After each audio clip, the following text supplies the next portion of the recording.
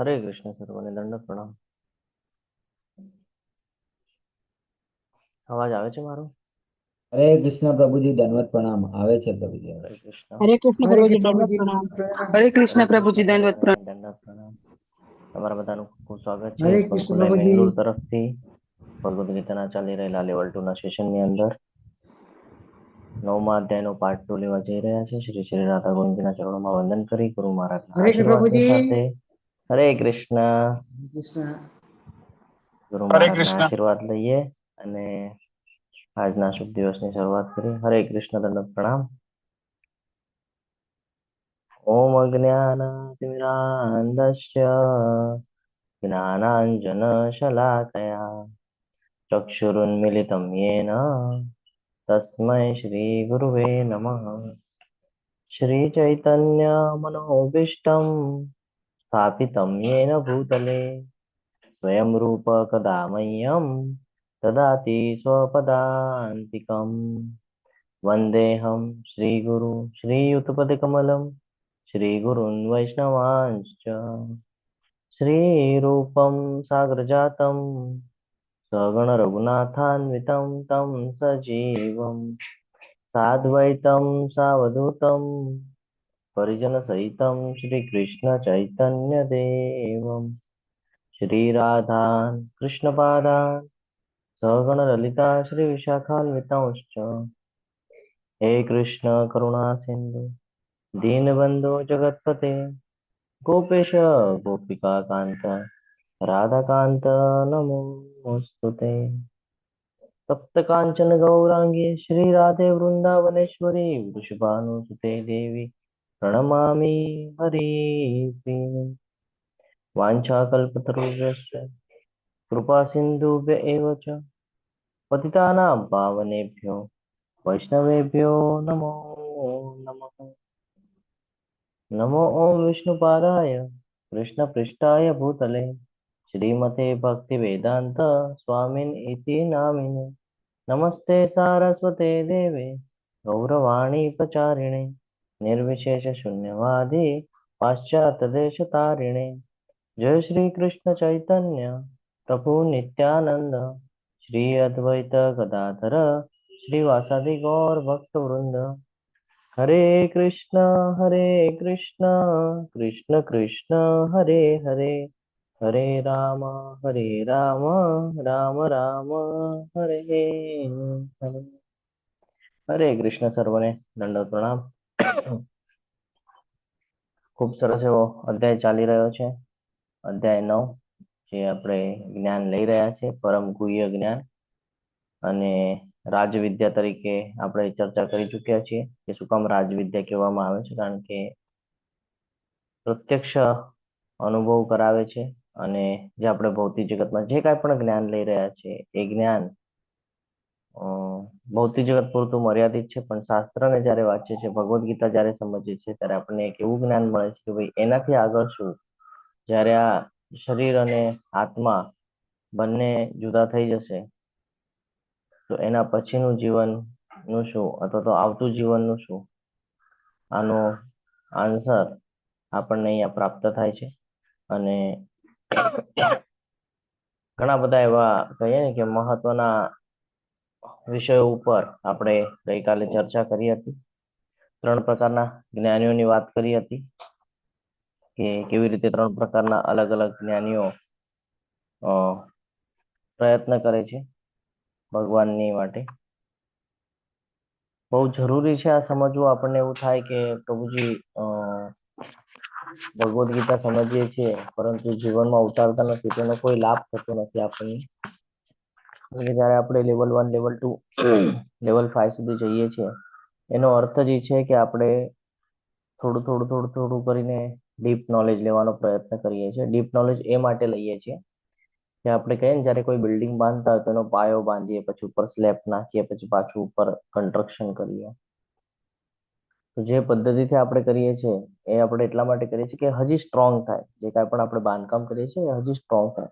તો એવી જ રીતે ભગવદ્ ગીતાના લેવલ છે કે લેવલ 1 એટલે આપણો પાયો છે, લેવલ 2માં આવે એટલે થોડું સ્ટ્રોંગ કન્સ્ટ્રક્શન, લેવલ 5 સુધી જઈએ તો હજી સ્ટ્રોંગ કન્સ્ટ્રક્શન, આનો અર્થ એવો છે કે આપણે જીવન શૈલીના અંદર એ બધું દેખાવું જોઈએ. કારણ ઘણા બધા લોકો ઈચ્છે છે કે અમે પણ આધ્યાત્મ માર્ગ ઉપર પ્રગતિ કરવા ઈચ્છીએ છીએ, પરંતુ થતી નથી. એની પાછળનું સૌથી મોટું રીઝન છે કે આપણે ભૌતિક જગતમાં એટલા બધા સંકળાઈ ગયા છીએ કે આપણને ભગવાન માટે સમય જ નથી મળી રહ્યો.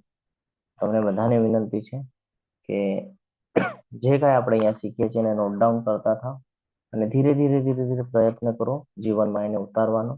એનો અસર તમને થોડાક જ દિવસની અંદર જણાવવા મળશે કે જે તમે ચિંતા વાળું જે જીવન જીવતા હતા, એને સતત મનમાં કાંઈ ને કાંઈ વિચારો આવ્યા કરે અને કન્ફ્યુઝ થયા કરીએ, એ જીવન તમારું જીવવાનું બંધ થઈ અને શાંતિપૂર્ણ જીવન તમે જીવવાનું ચાલુ કરી દેશો જો તમે ભગવદ્ ગીતાને જીવનમાં ઉતારી દેશો તો.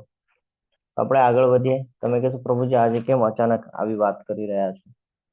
એટલા માટે કરી રહ્યા છે કે જેમ જેમ આપણે જીવનમાં આગળ વધીએ છીએ એમ સંઘર્ષ અને એ બધું વધી જાય છે, તો આપણે એમાં ક્યાંય ફસાઈ ન જઈએ એની માટે થઈને આ બધું ખૂબ આવશ્યક છે. આગળ વધીએ. કૃષ્ણના વિશ્વરૂપની ઉપાસના. આપણે ગઈકાલે એમ તો 15મા શ્લોકમાં જોઈ ગયા કે અલગ અલગ માધ્યમથી બધા ભગવાનની ઉપાસના કરે છે. કોઈ બ્રહ્મની ઉપાસના કરે છે, તો કોઈ દેવી દેવતાની ઉપાસના કરે છે અને કોઈ સીધા કૃષ્ણની ઉપાસના કરે છે, જોઈ ગયા. હવે આજથી જે શરૂઆત થશે એમાં આપણને ખબર પડશે કે આપણે આ સમગ્ર સૃષ્ટિની અંદર જે કાંઈ પણ કરીએ છીએ, જે કાંઈ પણ, એ બધું આપણે કરીએ પણ ભગવાનની શક્તિ દ્વારા છે અને અર્પિત પણ બધું ભગવાનને કરીએ છીએ. ખૂબ સરસ. હવે અહીંયા આપણને જ્ઞાન પ્રાપ્ત થશે. તો 16મા અધ્યાયમાં ભગવાન કહે છે કે હું જ કર્મકાંડ છું, હું જ યજ્ઞ, પિતૃતર્પણ, ઔષધિ તેમજ દિવ્ય મંત્રઘોષ છું, હું જ ઘી, અગ્નિ અને આહુતિ છું. આનો અર્થ એવો છે કે ભગવાન અહીંયા આપણને સમજાવે છે કે જે અલગ અલગ વિધિઓ કરવામાં આવે છે, કર્મકાંડની વિધિઓ, જે કાંઈ પણ આપણે કરીએ છીએ, અત્યાર સુધી આપણને ખબર નહોતું. ક્રતુ એટલે કે યજ્ઞ છે ને, ક્રતુ એટલે યજ્ઞ. તો ભગવાન કહે છે આ યજ્ઞ પણ હું છું અને જે શ્રદ્ધા એટલે કે જે ઔષધિઓ જે કે હવનમાં મૂકવામાં આવે, ઘણી બધી ઔષધિઓ હોય, એમાં કઈ અન્નનો પદાર્થ હોય, ઔષધિઓ હોય છે ને, ચંદનનું લાકડું હોય ને એવું બધું હોય એની અંદર, સમિધા જેને આપણે કહીએ છીએ. તો જે સમિધા પણ હું જ છું. કે આજ્ય એટલે કે ઘી, તો ઘી પણ હું જ છું ભગવાન કહે છે. એટલે ભગવાન અહીંયા આપણને સમજાવે છે કે તું જીવનની અંદર જે કાંઈ પણ કરવા ઈચ્છે છે ને એ બધું મારા દ્વારા જ થાય છે અને ઇનડાયરેક્ટલી તું મને જ સમર્પિત થાય છે. તો ભગવાન અહીંયા કહે છે કે જો કર્મકાંડની વિધિ, આપણને બધાને જ્યાં સુધી જ્ઞાન નહોતું ત્યાં સુધી આપણે કર્મકાંડની વિધિમાં વધારે રચ્યા પચ્યા રહેતા હતા, હે ને, કે ભાઈ કોઈ હવન કરાવી લઉં, કોઈ એવી પૂજા કરાવી લઉં જેનાથી મને શાંતિ પ્રાપ્ત થાય, મને સુખ સમૃદ્ધિ મળે. પણ તમે જો એના ડીપમાં જશો ને, તમે કોઈ દિવસે એ હવન કરાવવાની જે વિધિ છે એને જાણવાનો પ્રયત્ન કરશો, તો જે પુરોહિત હોય, જે હવન કરાવતા હોય, એની સાથે જો તમે ચર્ચા કરશો તો તમને ખબર પડશે, તો ધ્યાનથી સાંભળશો તો ખબર પડશે કે એમાં ઘણા ખરા શ્લોક ભગવાન વિષ્ણુને સમર્પિત હોય છે. જો તમે જ્યારે પણ સાંભળશો તો તમને ખ્યાલ આવશે. શરૂઆત પણ ત્યાંથી જ થાય છે. ઓમ વિષ્ણુર વિષ્ણુર વિષ્ણુ શ્રીમદ ભગવતો, ત્યાંથી શરૂઆત થાય છે. પૂજાની અંતિમ જે કહે ને કે લાઈન હોય છે, એ લાઈન શું હોય છે? તો કે જેટલું કાંઈ પણ કરેલું છે બધું કૃષ્ણને અર્પણ. હાથમાં પાણી મૂકવાનો છેલ્લો સંકલ્પ કરાવે છે તમારી પાસે કે કૃષ્ણ અર્પણમસ્તુ. આખી પૂજાનું સમર્પણ બધું ભગવાન કૃષ્ણને અર્પણ કરી દીધું. તો ભગવાન એ જ અહીંયા આપણને ક્લિયર કરે છે કે યજ્ઞની અંદર જે કાંઈ પણ વાપરવામાં આવે છે, પછી એ જે પુરોહિત જે મંત્ર બોલીને જે શક્તિ તૈયાર કરે છે, એક વાઇબ્રેશન્સ તૈયાર થાય મંત્ર બોલીએ એટલે, તો કે એ જે શક્તિ છે, યજ્ઞ માટેનું જે અન્ન છે એટલે કે સમિધા, જેમાં તમે સ્વાહા સ્વાહા એમ કરતા હશો ને, એ સમિધા, એમાં ઘી પણ આપવામાં આવે. તો એ ઘી, પછી એમાં જે અગ્નિ હોય, જે જ્વાળા હોય, એ જ્વાળા, આહુતિ આપવાની જે શક્તિ છે આપણી, કે આપણે કરી શકીએ છીએ, એ આ બધું ભગવાન દ્વારા થઈ રહ્યું છે. આપણને લાગે કે આપણે કરી રહ્યા છીએ, તો આ બધું આપણે નહીં, પણ આ બધું ભગવાન દ્વારા થઈ રહ્યું છે. ગઈકાલે જે પ્રભુજી ઉદાહરણ આપતા હતા ને કે માટીલા બનેલા વાસણો જે છે એનો મૂળ આધાર માટી છે, એમ છતાં અહીંયા પણ આપણે સમજી નથી શકતા કે ભાઈ આખા સમગ્ર સૃષ્ટિનો આધાર જો કોઈ હોય તો એ શ્રી કૃષ્ણ છે. સમજવું ખૂબ જરૂરી છે. યજ્ઞ ચક્રનું અહીંયા આપણે ખૂબ સરસ એવું ઉદાહરણ લઈ શકીએ છીએ કે કોઈ પણ ભક્ત મંદિરમાં ભોગ બનાવતું હોય તો એ ભોગ બનાવવા માટેનું અન્ન ક્યાંથી આવ્યું, તમે જો એના બેકમાં જશો તો તમને ખબર પડશે અન્ન ક્યાંથી આવ્યું. તરત યજ્ઞ ચક્ર યાદ આવી જાય આપણને કે ભગવાને જે પ્રકૃતિ નિર્માણ કરી આપી છે એ પ્રકૃતિ દ્વારા. રસોઈ બનાવવાની શક્તિ ક્યાંથી મળે છે આપણને, આપણા અંદર જે પાવર છે પાવર ક્યાંથી આવે છે તો ભાઈ ભગવાન પાસેથી, તાકાત જેને કહીએ આપણે. હા, પછી એ બનાવવા માટે અગ્નિ, અગ્નિદેવ તો કે એ પણ ભગવાનની જ એક શક્તિ છે. હા, ભોગ અર્પણ કરવા માટે આપણને અંદરથી પ્રેરણા કોણ આપે છે તો કે એ પણ ભગવાન જ આપે છે. તો આ સમજવું જરૂરી છે કે જે ભક્ત છે એ હંમેશા શું કામ એમ કે છે કે હું કાંઈ નથી કરતો, બધું ભગવાનની શક્તિથી થાય છે. એટલા માટે કે છે કે હું સેવા પણ કરી શકું છું તો એમની કૃપા છે એટલે હું સેવા કરી શકું છું, એવી રીતે કહેતા હોય છે. એટલા માટે કે તો આપણે હંમેશા ધ્યાનમાં રાખવાનું છે આપણે આખા જીવનમાં જે કાંઈ પણ કરી રહીએ છીએ, જે કાંઈ પણ બરાબર છે એ બધું ભગવાન દ્વારા જ થઈ રહ્યું છે. આપણે ખાલી અહીંયા નિમિત્ત માત્ર છે. જે કાંઈ પણ થઈ રહ્યું છે બધું ભગવાન દ્વારા થઈ રહ્યું છે. આપણે કોઈ દિવસે એના પર પ્રભુત્વ જમાવવાનો પ્રયાસ ન કરવો જોઈએ. કઈ ખાતા હોય તો એ પણ પ્રસાદ તરીકે લેવાનું એટલા માટે કીધેલું છે કે ભગવાન દ્વારા મળેલું છે ને તો એટલે ભગવાનને અર્પણ કરવાનું. કોઈ કર્મ કરે તો એમાં પણ ભગવાનને પ્રસન્ન કરવા માટે કરીએ છીએ કે નહીં આ આપણે ધ્યાન રાખવાનું છે. જ્ઞાન મેળવી રહ્યા છે તો એનો ઉપયોગ પણ આપણે ભગવાનને સમજવા માટે કરવાનો છે. પણ એવું નથી કરવાનું કે જ્ઞાન લઈ લીધું એટલે પૂરું થઈ ગયું, આપણે બહુ જ્ઞાની. આવું છેલ્લે સુધી આપણે ધ્યાનમાં રાખવાનું છે કે જ્યાં સુધી આપણો અંતિમ સમય નથી આવતો આ દેહની અંદર ત્યાં સુધી આપણે ભગવાનની ભક્તિ કરવી પડશે. એવું નથી કે ભગવદ્ ગીતાના ક્લાસ વારે વારે કર્યા છે તો ભગવદ્ ગીતાના 700 શ્લોક મોઢે છે એટલે મારે કોઈ જરૂરત નથી, એવું કોઈ દિવસ નથી. કારણ કે માયાદેવી એટલી પ્રબળ છે ને, માયાદેવી ક્યારે તમને એમાંથી ખેંચી લેશે ને ખબર નહીં પડે. તો ગઈકાલે આપણે જે શ્લોક જોયો એની અંદર ભગવાન કહેતા હતા કે અલગ અલગ જે મહાત્માઓ છે, મહાન આત્માઓની વાત કરતા હતા, એ બધા કેવી રીતે ભગવાનની ઉપાસના કરે છે. અને અત્યારે 16મા શ્લોકમાં ભગવાન આપણને સમજાવે છે કે ઉપાસના કરવામાં જે કાંઈ પણ પ્રક્રિયાનો ઉપયોગ કરવામાં આવે છે, પછી યંત્ર હોય, મંત્ર હોય, અગ્નિ હોય, જે કાંઈ પણ છે એ બધું એમ કે છે મને જ અર્પણ થઈ રહ્યું છે, એમાં પણ હું જ રહેલો છું. એક મહત્વની વાત જોવા મળે છે આપણને. કર્મકાંડની વિધિ કીધી ને એના પછી યજ્ઞ પછી તરત પિતૃ તર્પણ કીધેલું છે ને. તો હંમેશા ધ્યાનમાં રાખવાનું છે કે ભાઈ પિતૃઓના મોક્ષ માટે એમ તો તમે ગ્રંથના શ્રીમદ ભાગવતમ વાંચશો ને તો એમાં પણ આવશે કે ભાઈ જે લોકો ભાગવતમનું શ્રવણ માત્ર કરી લે છે એની 7 પેઢીનો ઉદ્ધાર થઈ જાય છે. કારણ કે કહીએ ને આપણે કે ભગવાન પ્રસન્ન થઈ જાય છે આપણા ઉપર કે આપણે એક કહે ને કે મનુષ્ય જીવન જીવવાનું ચાલુ કરે. અત્યાર સુધી તો આપણે પશુ જીવન જીવતા હતા. જ્યારે આપણે આધ્યાત્મિકમાં ઉતર્યા ત્યારથી ભગવાનને જાણવાનો પ્રયાસ કરીએ છીએ ત્યારથી આપણે પશુ જીવન છોડીને મનુષ્ય જીવન જીવવાનું શરૂઆત કરેલ છે. તો પિતૃ તર્પણની આ વાત થાય છે. ઘણા બધા લોકોને ખબર હશે આમાંથી કે પિતૃ તર્પણ કરતા વખતે શંખ અને વિષ્ણુનું બહુ મહત્વ છે. કેટલા લોકોને ખબર છે? હરે કૃષ્ણ. નથી ખબર કોઈને? મારો અવાજ આવે છે? હરે કૃષ્ણ. હા પ્રભુજી આવે. જ્યારે આપણે તમને નહીં ખબર હોય તો તમને થોડીક માહિતી આપી દઉં કે જ્યારે આપણે કોઈ પણ કર્મકાંડની વિધિ કરીએ અને પિતૃ તર્પણની વાત આવે તેમાં સૌથી પહેલી વાત આવે કે શંખ અને વિષ્ણુ. ન હોય તો પછી લાલાને મૂકવામાં આવે એટલે કે બાળકૃષ્ણને મૂકવામાં આવે અને પછી એના ઉપર શંખ દ્વારા પિતૃ તર્પણ કરવામાં આવે. એનાથી શું થાય? આપણા પિતૃઓ છે એ તૃપ્ત થાય અને એની આગળની જે ગતિ છે એ યોગ્ય રીતે થાય. કોને કરવામાં આવે છે? વિષ્ણુને. શું કામ? અથવા તો કૃષ્ણને. શું કામ? શું કામ એને જ કરવામાં આવે છે, બીજા દેવી દેવતાઓને નહીં? હરે કૃષ્ણ. ખબર છે કોઈને? એનો જવાબ હરે કૃષ્ણ પ્રભુજી. બોલો. કારણ કે સર્વ યજ્ઞોના બધા ભોગતા ભગવાન વિષ્ણુ છે એટલે કૃષ્ણ છે. એનો જવાબ હમણાં આવતા શ્લોકમાં આવશે.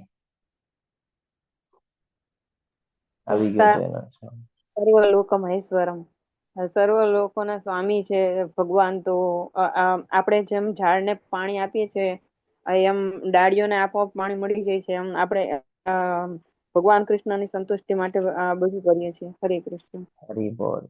તો અહીંયા એ જવાબ મળશે આપણને હમણાં કે કૃષ્ણના વિશ્વરૂપની ઉપાસના. શું કામ પિતૃ તર્પણમાં આપણે ભગવાન વિષ્ણુની ઉપાસના કરીએ છીએ, કૃષ્ણની આરાધના કરીએ છીએ? એની પાછળનું સૌથી મોટું રીઝન અહીંયા મૂકેલું છે.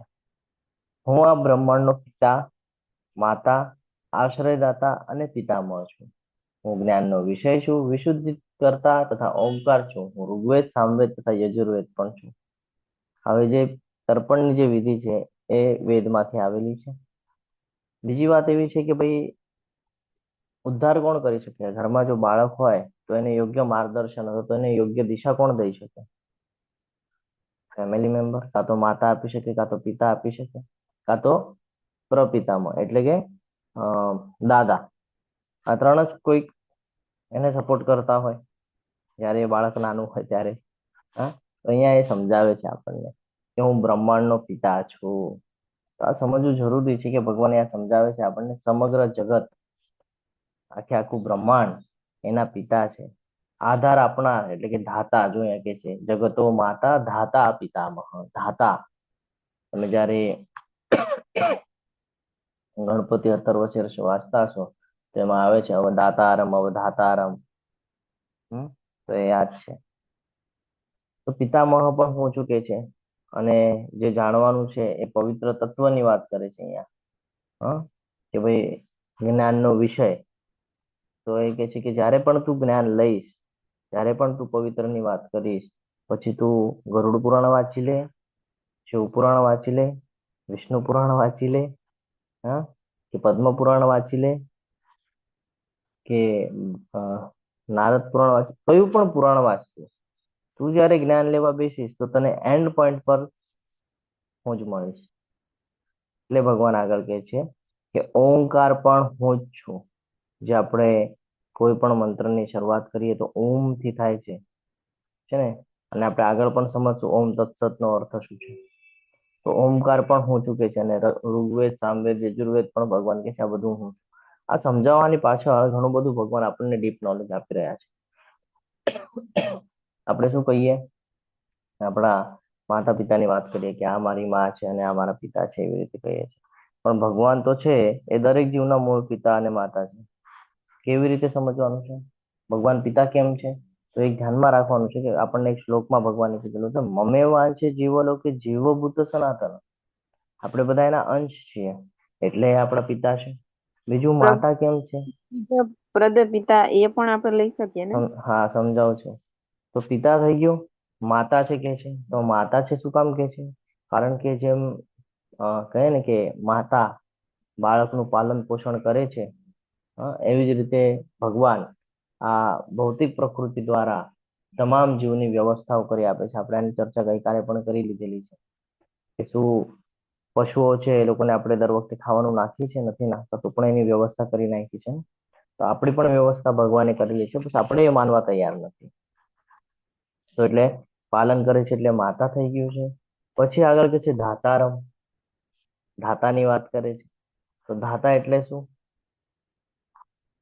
હરે કૃષ્ણ. કે આ જે કાંઈ પણ બ્રહ્માંડની અંદર જે કાંઈ પણ શક્તિ દ્વારા આપણને જે કાંઈ પણ સપોર્ટ કરી રહ્યા છે, પ્રકૃતિ દ્વારા, કે જીવન માટે જે કંઈ પણ જરૂરી છે, પછી એ હવાની જરૂર પડે આપણને શ્વાસ લેવા માટે, પાણીની જરૂર પડે, અગ્નિની જરૂર પડે, અન્નની જરૂર પડે, તે પ્રકૃતિ દ્વારા આપણને બધી વ્યવસ્થાઓ કરીને આપેલી છે. ઇવન આપણી બોડી, આ શરીર પંચતત્વનું છે, એમાં પણ એ જ બધું વપરાયેલું છે. તો એ પણ કોની વ્યવસ્થાથી આવ્યું છે? ભગવાનની વ્યવસ્થાથી આવ્યું છે. એટલે ધાતારમ. અને આગળ કીધું છે કે ભાઈ પ્રપિતામહ એટલે કે પિતામહની વાત કરે છે. એનો અર્થ એવું થાય છે કે દાદા. દાદા એટલા માટે કે છે કે જ્યારે તમે બેક જાઓ એટલે કે તમે વંશવેળ જો જોવો તમારો, કે તમે તમારા પિતાજી, એના પિતાજી, એના પિતાજી, એના પિતાજી એમ કરીને પાછળ જાઓ ને, તો લગભગ 14 થી 15 એવા કાઉન્ટિંગ પછી તમે કોઈને કોઈ ઋષિ સુધી પહોંચશો. બરાબર છે?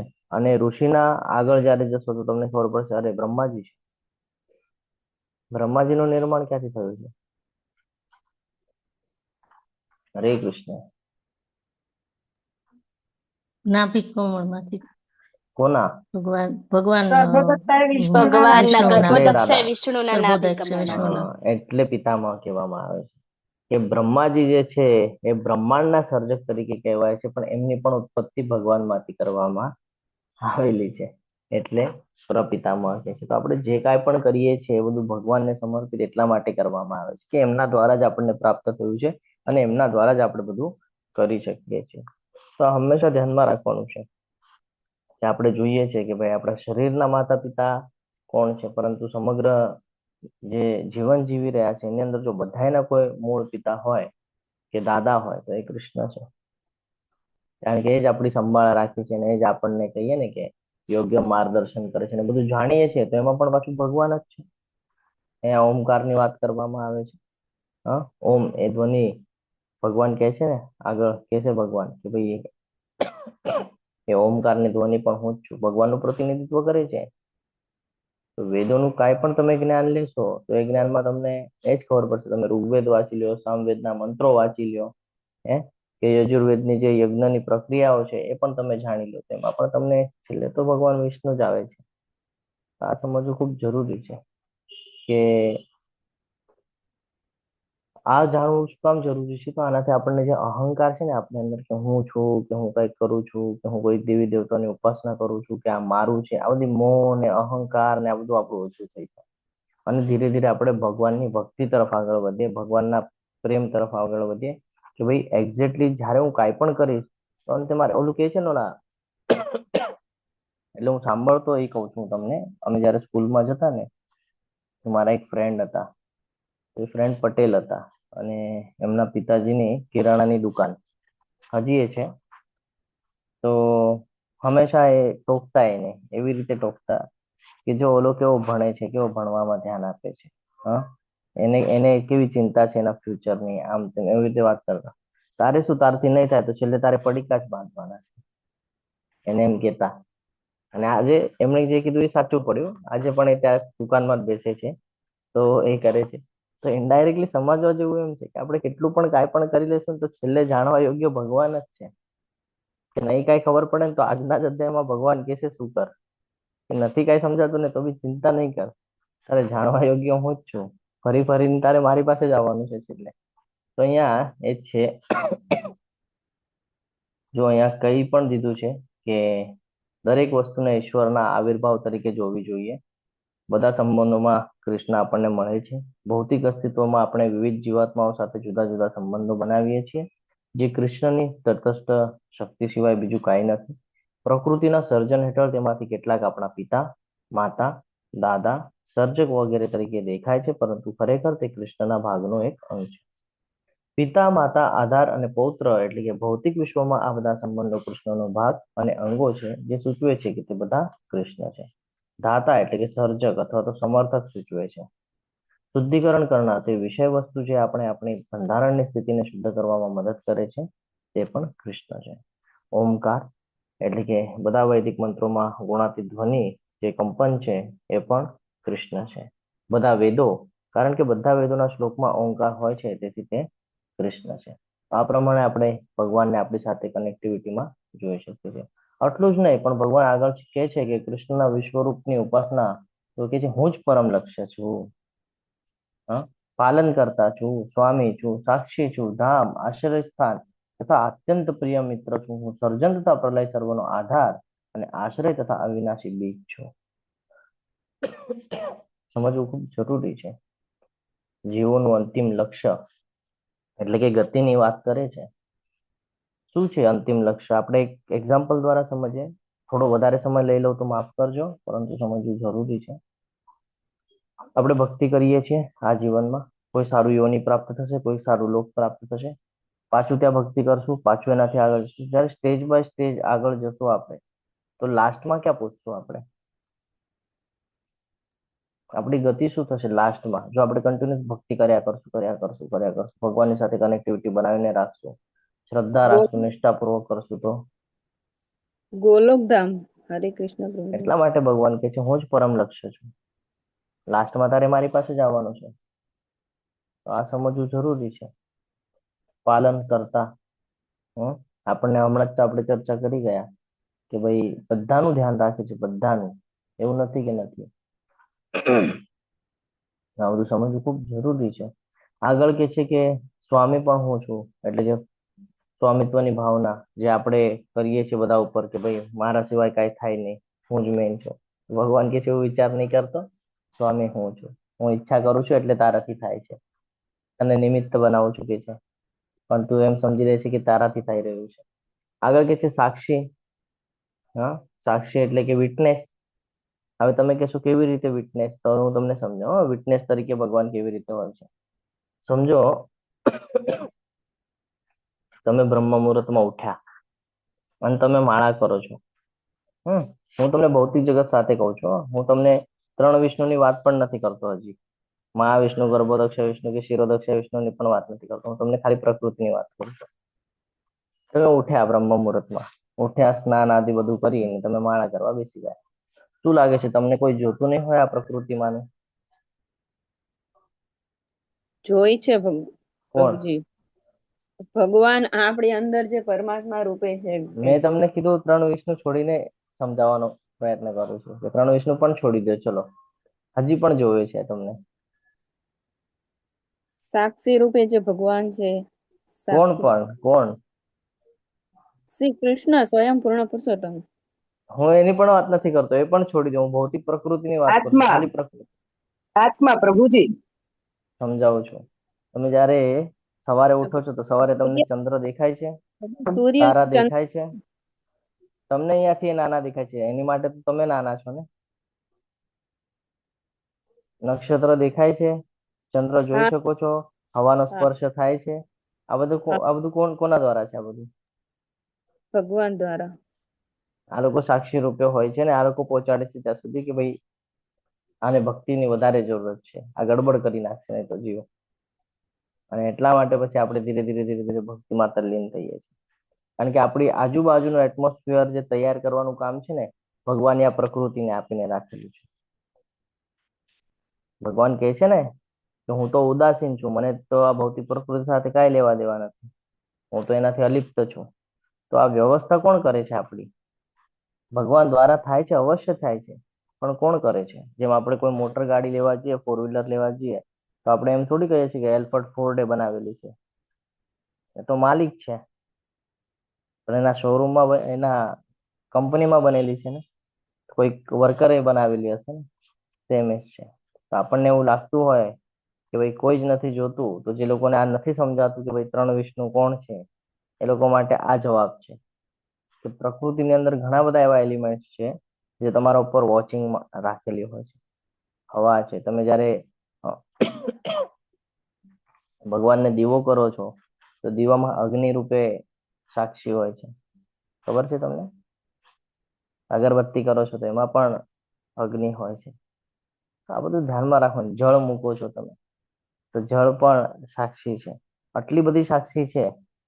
હવે તમે વિચાર કરો, તમે આખા દિવસમાં કેટલા કામ કરો છો, તમારા ઉપર કેટલું વોચિંગ હશે, તમે શું કરો છો, શું નથી કરતા.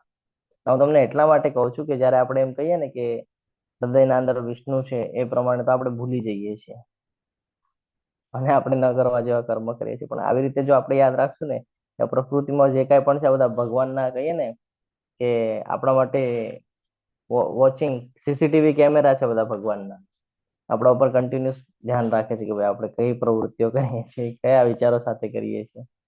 આવી રીતે આપણે આ સમજવું જરૂરી છે. તો ભગવાન કહે છે સાક્ષી પણ હું જ છું. હા, પછી આશ્રય સ્થાન એટલે કે નિવાસ સ્થાન, જે આપણે રહી રહ્યા છીએ, ક્યાંથી મળ્યું આ બધું? પ્રકૃતિમાંથી મળ્યું ને. રેતી હોય, સિમેન્ટ હોય, ઈંટ હોય, લોખંડ હોય, ક્યાંથી મળ્યું આ બધું? પ્રકૃતિમાંથી મળ્યું ને આપણને. હું એટલા માટે તમને પ્રકૃતિ સમજ, કારણ કે અહીંયા બધા વિશે પ્રકૃતિના જણાવેલા છે, એટલે તમે સરળતાથી સમજી શકો. એટલે હું તમને પ્રકૃતિ સાથે સમજાવું છું. ક્યાંથી મળ્યું આપણને આ બધું? પ્રકૃતિમાંથી મળ્યું. તો અહીંયા ભગવાન કહે છે અત્યંત પ્રિય મિત્ર છે, અને સર્જન તથા પ્રલય સર્વનો આધાર અને આશ્રય અવિનાશી બીજ પણ હું જ ચૂકે છે. અંતિમ લક્ષ્ય આપણું જે હોવું જોઈએ, શું છે આપણું અંતિમ લક્ષ્ય? કાંઈ નહીં ભાઈ, પૈસા કમાવો અને એન્જોયમેન્ટ કરી લો, પણ આ નથી. હંમેશા અંતિમ લક્ષ્યની વાત આવે ને, નદીને જોવાનું છે. ઉગમ ક્યાંયથી પણ થાય, જન્મ કોઈના પણ ઘરમાં લ્યો, બ્રાહ્મણ, ક્ષત્રિય, વૈશ્ય, શૂદ્ર, હા, પછી આપણા હિસાબથી જાતિ વ્યવસ્થા હોય, હિન્દુ, મુસ્લિમ, શીખ, ઈસાઈ, હા. પણ અંતિમ લક્ષ્ય શું? તો કે ભાઈ નદીનો ઉગમ થયો છે તો સમુદ્રમાં જઈને મળશે. એમ આપણું લક્ષ્ય શું? આપણું લક્ષ્ય છે કે કોઈના પણ ઘરમાં જન્મ લ્યો, અમીર હોય, ગરીબ હોય, કાંઈ નહીં. અંતિમ લક્ષ્ય છે ભગવાનનું ધામ. કેવી રીતે જઈ શકે છે? ભગવાનની સેવા કરીને. આ સમજવું ખૂબ જરૂરી છે. પાલનકર્તા તરીકે તો આપણે ચર્ચા કરી ચૂક્યા છીએ કે પાલનકર્તા તરીકે ભગવાન આપણે કેટલું બધું આપણને સપોર્ટ કરે છે, બધું જ પ્રોવાઈડ કરે છે આ ભૌતિક પ્રકૃતિ દ્વારા. હા? એક નાનકડું ઉદાહરણ હજી આપી દઉં તમને લાઈવ. હમણાં અધિક માસ ચાલતો હતો ને, તો એ લોકોનું કાઉન્ટિંગ એટલે પંચાંગ જોયું નહોતું કોઈ, એટલે એ લોકોને ખબર નહીં. એ લોકો એમ કે આખો જૂન મહિનો નીકળી ગયો અને વરસાદ જ ના આવ્યો. અમારા નાસિકની વાત કરું છું કે વરસાદ જ ના આવ્યો, વરસાદ જ ના આવ્યો. પણ એ લોકોએ પંચાંગ જ જોયું નથી કે ભાઈ એક અધિક મહિનો છે, અધિક મહિનો પૂરો થશે પછી રેગ્યુલર મહિનો જ્યારે ચાલુ થશે ત્યારે એમાં આવશે. આ લોકો 7 જૂન પકડીને ચાલતા હતા. અમારી ચર્ચા પણ થઈ ત્યાંના ઉપર કે ભાઈ સમય લાગશે. એ લોકોને એમ કે ભાઈ વરસાદ જ નથી, વરસાદ જ નથી.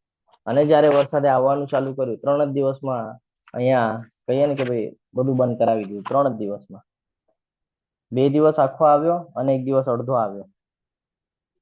ત્રંબકથી લઈને બધું બંધ કરાવી દીધું. આ ભગવાનની વ્યવસ્થાઓ છે. તમે કહેતા હતા નથી આવતું, નથી આવતું, લે કેટલું જોવે તને પાણી બોલ. 2 દિવસમાં તૃપ્ત કરાવી દીધું બધું. એટલે બીજી વાર પાછો માગીએ નહીં.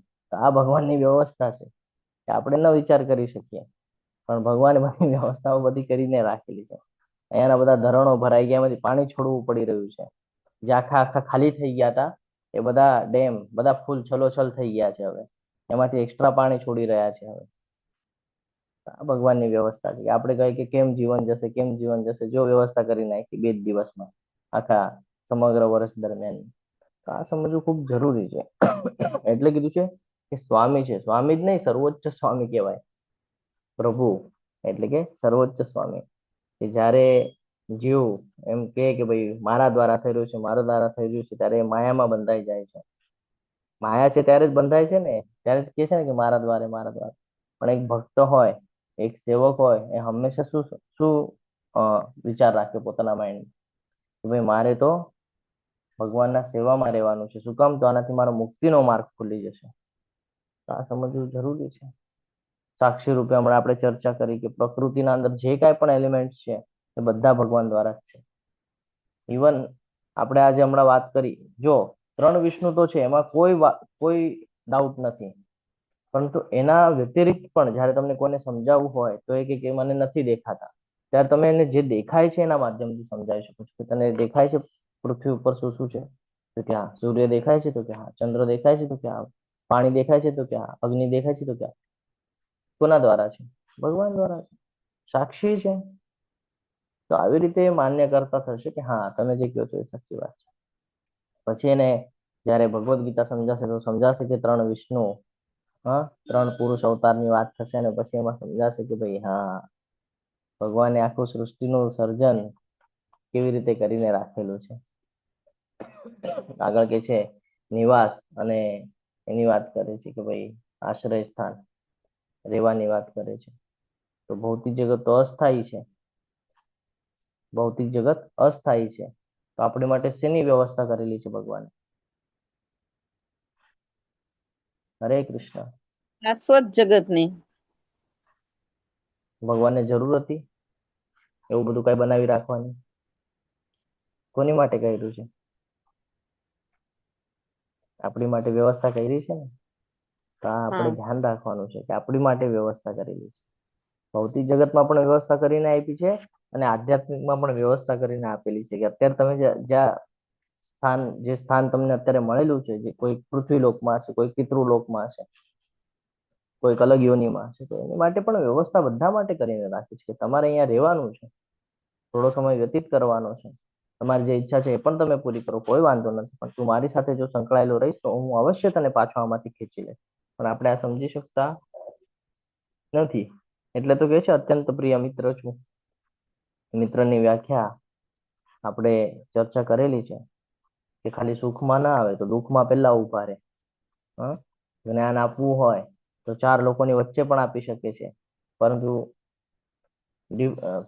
કહીએ ને મહત્વ એનું છે કે કે ભાઈ જો આપણે ખોટા થતા હોઈએ, ખોટા રસ્તા પર હોઈએ, તો ત્યાં ટોકવાનું કામ એનું છે. પણ જો એ ટોકે નહીં, કર્ણની જેવું કરે, તો પતન નિશ્ચિત છે. એટલે આ સમજવા જેવું છે કે મિત્ર કોને કહેવાય. અત્યારે ભૌતિક જગતના અંદર જેટલા પણ તમારા ફ્રેન્ડ છે, શું એ સાચે ફ્રેન્ડ છે? ચકાસી જોજો, ખબર પડી જશે સાચી છે કે નહીં. કેવી રીતે ચકાસવાનું? તમે કહેશો પ્રભુ ચકાસવાનું કેવી રીતે?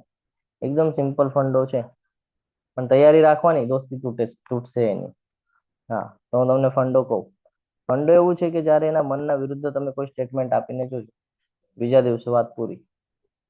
આ મિત્રતા આપણી કે ભરોસો જ નથી. એ તરત કહેશે મારા વિરુદ્ધમાં શું કામ બોલ્યો, મેં તારું આવું કર્યું હતું કે તું મારા વિરુદ્ધમાં શું કામ? તરત આવી જશે. આને થોડી મિત્રતા કહેવાય. મિત્ર તો સાચા ભગવાન છે આપણા. હા, કે તમે અહીંયા વિચાર કરો, હા, તમે આધ્યાત્મિક લેવલ ઉપર કઈ વિચાર કરો કે મારે સેવા કરવી છે, કે મારે આમ કરવું છે, કે મારે વૃંદાવન જવું છે, કે મારે માયાપુર જવું છે. ભગવાન વ્યવસ્થા કરી આપે છે સીધે સીધી. આપણને પણ નથી ખબર પડતી કે કેવી રીતે થયું. આને કહેવાય મિત્ર. ભૌતિક જગતના મિત્ર રાખવા કરતા ભગવાનને મિત્ર બનાવશો તો કહીએ ને કે ભાઈ કોઈની પાસે ઝૂકવું નહીં પડે જીવનભર, જો ભગવાનને મિત્ર બનાવી લેશો તો. એટલે આ બધું સમજવું ખૂબ જરૂરી છે. સમજાય છે? હરે કૃષ્ણ. ભગવાનને અંતિમ લક્ષ્ય બનાવવું જોઈએ આપણે. ભગવાન ઉપર વિશ્વાસ રાખવો જોઈએ. અને આપણે કહીએ ને કે ભગવાનના સેવક છે, એ પ્રમાણે આપણે આપણું સંબંધ ભગવાનની સાથે બનાવીને ચલાવવું જોઈએ. કોઈ પણ પરિસ્થિતિ હોય, કોઈ પણ પરિસ્થિતિ. તમે તમારા ફ્રેન્ડ સર્કલની સાથે ચર્ચા કરશો. હું 2-5 મિનિટ વધારે લઉં છું, પણ સમજવું જરૂરી છે આપણી ભૂલ ક્યાં ક્યાં થાય છે.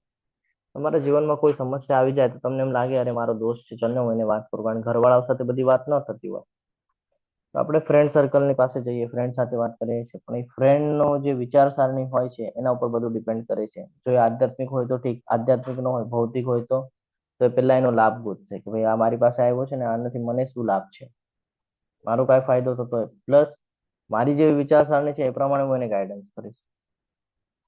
મારી જ વિચારસરણી ભૌતિક જગતમાં પડેલી છે તો હું એ પ્રમાણે ગાઈડન્સ કરીશ ને. હું થોડી એને કહીશ કે ભાઈ માળા કર, ભક્તિ કર, નહીં. પણ જો એક આધ્યાત્મિક હોય તો લાભ થઈ શકે છે. એ પણ ડિપેન્ડ કરે છે, કારણ કે એના પર પણ માયાદેવીનો પ્રભાવ તો છેલ્લે છે જ. તો આ સમજવું જરૂરી છે. તો આપણે ત્યાં જઈને હેલ્પ માંગીએ છીએ, તો એ હેલ્પ એના વિચારસરણી, એના જ્ઞાન પ્રમાણે કરે છે. તો એ આપણને બંધ બેસતું આવશે શેના પરથી? એટલા માટે ભગવદ્ ગીતાના 2જા અધ્યાયમાં એક શ્લોક છે, કાર્પણ્ય દોષો વાળો. તો ભગવાનના શરણમાં જઈને તમારે કહેવાનું છે કે મારા માટે જે યોગ્ય હોય એ તમે મને કહેવાની કૃપા કરો. ભગવાનને ફ્રેન્ડ બનાવો. હજી તમને નાના નાના ઉદાહરણ આપું, 1-2. અર્જુને ભગવાન કૃષ્ણને ફ્રેન્ડ બનાવ્યો. અર્જુન જીત્યા કે સામેવાળી ટીમ? અર્જુન. સુદામાના ફ્રેન્ડ હતા. જ્યારે પરિસ્થિતિ વિપરીત ગઈ, સુદામાને હેલ્પ થઈ કે ન થઈ? હા, તમે કયા પણ સ્ટ્રક્ચરની અંદર જોઈ લેશો ને, તમે જો ભગવાનની સાથે કનેક્ટિવિટી હશે, પછી પિતા તરીકે, ફ્રેન્ડ તરીકે, માતા તરીકે, દાદા તરીકે, કયા પણ એંગલથી, તો એનું ફળ અવશ્ય તમને પ્રાપ્ત થાય છે. ભગવાન પૂરેપૂરું એકવાર આપણે નિભાવવા માટે ચૂકી જશે, પણ ભગવાન ચૂકતા નથી. ભગવાન એને પૂર્ણ નિભાવે છે. તમે એને જો ફ્રેન્ડ તરીકે રાખો, હું તમને નાની નાની બાબતો કહું છું, તમને કદાચ આશ્ચર્ય લાગશે, પણ મારા 1-2 ફ્રેન્ડ છે, મોટા લેવલ પર, મોટા પાયે છે, મોટા લેવલ પર છે. જ્યારે એ લોકોએ બિઝનેસની શરૂઆત કરી હતી ત્યારે હું ઇસ્કોન સાથે જોડાયેલો હતો. એટલે હમણાં 4-5 વર્ષની જ વાત છે, વધારે લાંબીની નથી. અને ત્યારે મેં એમની સાથે ચર્ચા કરી હતી, તો એ લોકોની વાત ચાલતી હતી કે ભાઈ પાર્ટનર ન બનાવવા જોઈએ, પાર્ટનરથી આમ થાય, પાર્ટનરથી તેમ થાય. તો હું એ સમયે તમારી જેમ લેવલ 3 મેં કમ્પ્લીટ કર્યું હતું, અને એ લોકો સાથે ચર્ચા થઈ રહી હતી. તો મેં જીતેન્દ્ર પ્રભુજીને કહેતા સાંભળ્યું હતું કે ભાઈ ફ્રેન્ડ બનાવવું હોય ને તો ભગવાન કૃષ્ણને બનાવી લે. તો એ મારા મગજમાં હતું કે ભાઈ કૃષ્ણને ફ્રેન્ડ બનાવ, પાર્ટનર બનાવે ને તો ભગવાનને બનાવી લે કીધું. તો એને પણ આવું થોડુંક અંદરથી ફીલ થયું હશે કે હા ભગવાનને પાર્ટનર બનાવે. તો એ શું કરતો ને, જે કાંઈ પણ પ્રોફિટ થાય એમાંથી 25% ભગવાનના અલગ કાઢી લે, અને બાકીના એમાં એનું બધું ચલાવે. તમે માનશો નહીં, 3 જ વર્ષમાં એ, હું એમાઉન્ટ નથી કહેતો, પણ કરોડોમાં રમી રહ્યો છે. રમી રહ્યો છે ઇન સેન્સ કે એનું મેન્યુફેક્ચરિંગનું કામ છે, અને 3 જ વર્ષમાં એ કરોડોમાં પહોંચી ગયો. આને શું કહેશો તમે? અને હવે એની એટલી બધી શ્રદ્ધા છે એમાં કે એ ઇસ્કોનનો મેમ્બર છે અને એ પણ ભગવાનની સેવા કરે છે. એના ઓફિસમાં જાઓ તો ત્યાં તમને રાધા ગોવિંદજીના ફોટો દેખાય. તમે ત્યાં જાઓ ભગવદ્ ગીતાનો આમ કહીએ ને આમ થપ્પીઓ લગાડીને આમ ભગવદ્ ગીતા મૂકી છે. કોઈ પણ આવે ને એને ગિફ્ટ કરતો હોય, કોઈ પણ આવે એને. કોઈ પૂછે ને કે ભાઈ તમે કેવી રીતે બિઝનેસ વધાર્યો, સીધું ભગવદ્ ગીતા હાથમાં મૂકીએ કે આ વાંચી લો ખબર પડી જશે.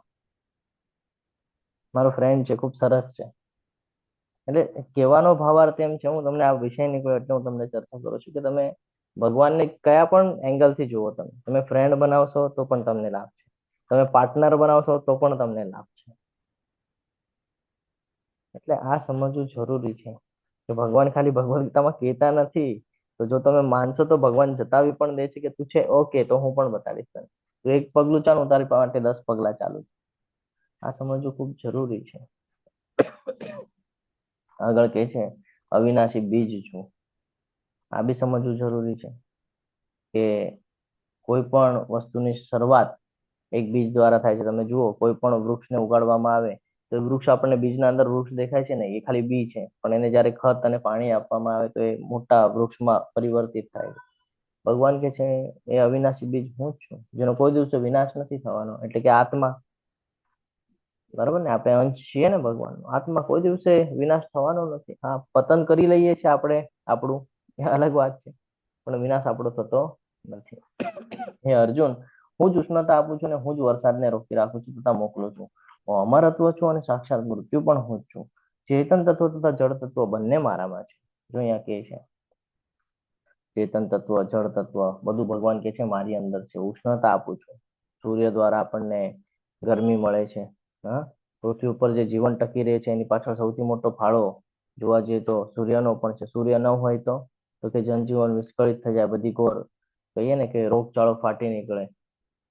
અને અન્ન પણ ન મળે આપણને. કેમ તો કે ભાઈ અન્નની જે પ્રક્રિયા છે એમાં સૂર્યનો બહુ મહત્વનો પાર્ટ છે. આજે ચક્ર ચાલે છે કે સમુદ્રનું પાણી બાષ્પીભવન થઈને ઉપર જાય અને પછી વરસાદ થઈને પાછું આવે, તો આ ચક્ર ચાલવાનું બંધ થઈ જાય. અને આ ચક્ર ચાલવાનું બંધ થઈ જાય તો કે જનજીવન વિસ્કળિત થઈ જાય. એટલે આ સૂર્યની શક્તિ પણ છે, તો એ શક્તિ શેના દ્વારા છે? તો કે ભગવાન દ્વારા છે. કારણ કે આગળ આવશે તો આગળ ભગવાન કહેશે કે આ બધું મારા દ્વારા જ છે. આ ચંદ્ર ને સૂર્ય ને બધું હું જ ચૂકે છે. આગળ કે છે વરસાદને રોકી રાખું છું અને એને મોકલું પણ છું.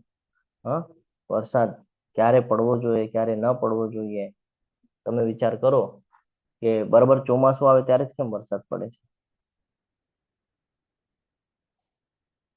એને સૌથી વધારે ભાગમાં જો વરસાદ પડતો હોય વધારે પ્રમાણમાં તો ચોમાસાના સમયમાં પડે છે. એની વ્યવસ્થા નક્ષત્ર દ્વારા કરીને રાખેલી છે.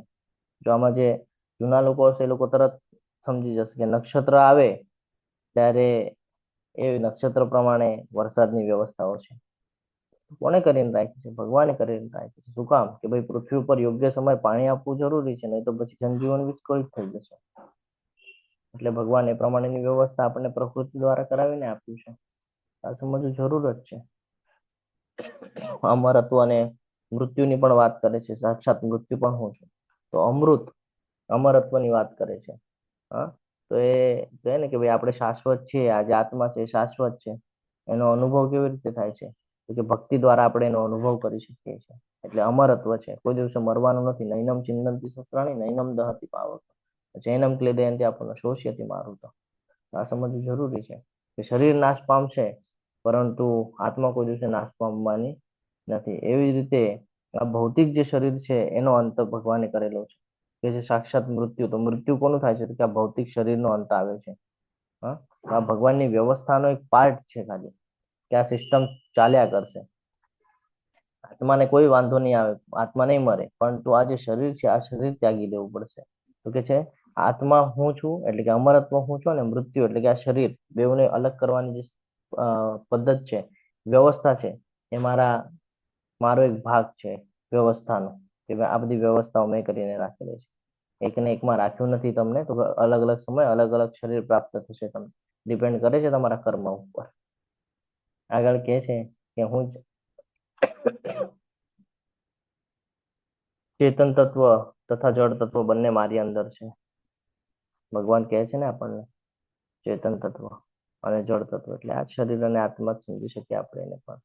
આ સમજવું જરૂરી છે. એ બધું ભગવાન દ્વારા જ છે. તો અહીંયા તમે હવે વિચાર કરો, ભગવાન આપણને આ શું કામ કહી રહ્યા છે કે આપણે પ્રભુત્વ જમાવે છે ને, કે આ મારું, ઓલું મારું, આંખ મારી, નાક, કાંઈ મારું નથી. આવતીકાલથી માથું દુખે તો કેતા નહીં મારું માથું દુખે છે. દેવતાઓની પૂજા હવે અહીંયા ખૂબ સરસ રીતે સમજાય છે કે જે મનુષ્યો વેદોનું અધ્યયન કરે છે, સોમરસનું પાન કરે છે, તેઓ સ્વર્ગ પ્રાપ્તિ માટે પ્રયત્ન કરીને પરોક્ષ રીતે મારી જ પૂજા કરે છે. તેઓ પાપ કર્મમાંથી મુક્ત થઈને પુણ્યમય સ્વર્ગીય ઇન્દ્રલોકમાં જન્મ લે છે, જ્યાં તેઓ દેવ જેવો આનંદ ભોગવે છે. હવે આ સમજવું જરૂરી છે. વેદોનું અધ્યયન એટલે કે કર્મકાંડની જે પદ્ધતિ છે અને શુદ્ધ ભક્તિ જે છે, એ બંનેનો જે તફાવત છે ને, એ અહીંયા સમજાવવાનો પ્રયત્ન કરે છે. શું થાય છે કે ઘણા બધા લોકો સ્વર્ગનું સુખ પ્રાપ્ત કરવા ઈચ્છે છે. કેટલા લોકોની ઈચ્છા છે સ્વર્ગ લોકમાં જવાની? હરે કૃષ્ણ. હવે હમણાં તો કોઈ હાથ ઉપર નહીં કરે ને, કે છે પ્રભુજી લાઈવ છે, લાઈવમાં ક્યાં હાથ ઉપર કરી? અહીંયા એક વાત સમજવા જેવી છે કે અહીંયા સ્વર્ગલોકની વાત કરી રહ્યા છે, પણ સ્વર્ગલોકમાં ગયા પછી પણ સ્વર્ગલોક પણ અસ્થાયી છે, એ પણ નષ્ટ થઈ જશે. સ્વર્ગમાં પણ ગયા પછી આત્માને જન્મ મૃત્યુના ચક્રમાંથી પસાર થવું પડે છે, એ પણ બંધ થશે નહીં. ત્રૈવિદ્યા એટલે કે 3 વિદ્યાઓની વાત કરે છે, વેદોની વાત કરે છે. ઋગ્વેદ થઈ ગયું, યજુર્વેદ થઈ ગયું, સામવેદ થઈ ગયું. આ બધું કર્મકાંડના શ્રેણીમાં આવે છે, કે કર્મકાંડની વિધિઓ છે એની માટે છે, કે જેની અંદર મંત્રોચ્ચાર કરીને તમે યજ્ઞ હવન વિધિ કરી શકો છો અને એનાથી તમે પુણ્યતા પ્રાપ્ત કરી શકો છો. એટલે ધીરે ધીરે એક પ્રોસેસ છે, એ પ્રોસેસ દ્વારા તમે ભગવાનની નજીક જઈ શકો છો. શું કામ કરવામાં આવે છે? સ્વર્ગની ઈચ્છા માટે કરવામાં આવે છે. એનો ઉદ્દેશ શું છે? કે ભાઈ વધારેમાં વધારે સુખ મેળવવું, લાંબુ આયુષ્ય મને મળે. દેવતાઓ જેવી રીતે ભોગ ભોગવી રહ્યા છે, એવી રીતે હું પણ ઇન્દ્રજી જેમ કહીએ ને કે સોમરસનું પાન કરે છે, એવી રીતે હું પણ કરું, એન્જોય કરું જીવનમાં. એની માટે જ કરીએ છીએ ને આપણે ભૌતિક જગતમાં. શું કામ કરીએ છીએ કર્મકાંડની વિધિ? શું કામ હવન કરાવો છો? શું કામ ચંડી હવન કરાવો છો? શું કામ મોટા મોટા યજ્ઞો કરાવો છો? રીઝન શું છે? આ જ છે, વધારે સુખની પ્રાપ્તિ થાય, સમૃદ્ધિ મળે, લાંબુ આયુષ્ય મળે, ધન ધાન્યથી ભરપૂર રહે. એની માટે કરીએ છીએ ભગવાનની પૂજા. તો એનો હેતુ શું છે? ભૌતિક રાજસી હેતુ છે એનો, ભૌતિક જગતનું લાભ લેવો. એટલે અહીંયા ઇન્દ્રિય સુખની વાત આવી ગઈ છે. અને એટલા માટે અહીંયા કહે છે કે સોમરસનું પાન કરે છે. તો ઇન્દ્રલોકની અંદર શું થાય છે? ત્યાં ઘણા બધા બાબતની સુવિધાઓ જોવા મળે છે. સુવિધા ઇન સેન્સ કે ત્યાંનું આયુષ્ય વધારે છે, ત્યાં આનંદ વધારે છે, હંમેશા એન્જોયમેન્ટ ચાલતી હોય ત્યાં. ભૌતિક જગતમાં જે એન્જોયમેન્ટ કરીએ છીએ ને આપણે, વિચાર, એ બધું ત્યાં વધારે ચાલતું હોય. તો આ બધું શેના પર ડિપેન્ડ કરે છે? તો કે કર્મના ઉપર ડિપેન્ડ કરે છે. એટલા માટે તો બધા હવન વિધિ કરાવે છે. અશ્વમેઘ યજ્ઞ કરેલો હતો, બરાબર છે. શું કામ કરેલો હતો? કે ભાઈ ઉપર જઈ અને બ્રહ્માજીની સેવા કરવા મળે. પણ મહાઅભિષેક રાજાની વાત કરું છું, મહાભારતની શરૂઆતની આપણે ચર્ચા કરી હતી. તો એને શું કામ કર્યો હતો? કે ભાઈ ત્યાં જવા મળે એટલા માટે.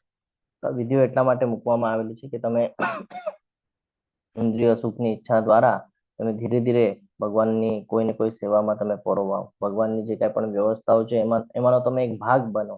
ભગવાન એટલા માટે આ કર્મકાંડની વિધિઓ મૂકેલી છે, પણ આપણે એનો ઉપયોગ અલગ બાબતમાં કરીએ છીએ. તો આ હંમેશા ધ્યાનમાં રાખવાનું છે. જેવી રીતે આપણે કોઈ પૈસા કમાવીએ છીએ, તે પૈસા પણ અમુક સમયે ખર્ચાઈ જાય છે, રહે છે કે નથી રહેતા. એવી જ રીતે આપણું જીવન છે, કે આપણે જો ઉપરના લોકમાં પણ ગયું તો ત્યાં ભોગ ભોગવીને થઈ જશે ને, જ્યારે પૂરું થઈ જશે સારા કર્મોનું ફળ, પાછું નીચે આવવું પડશે.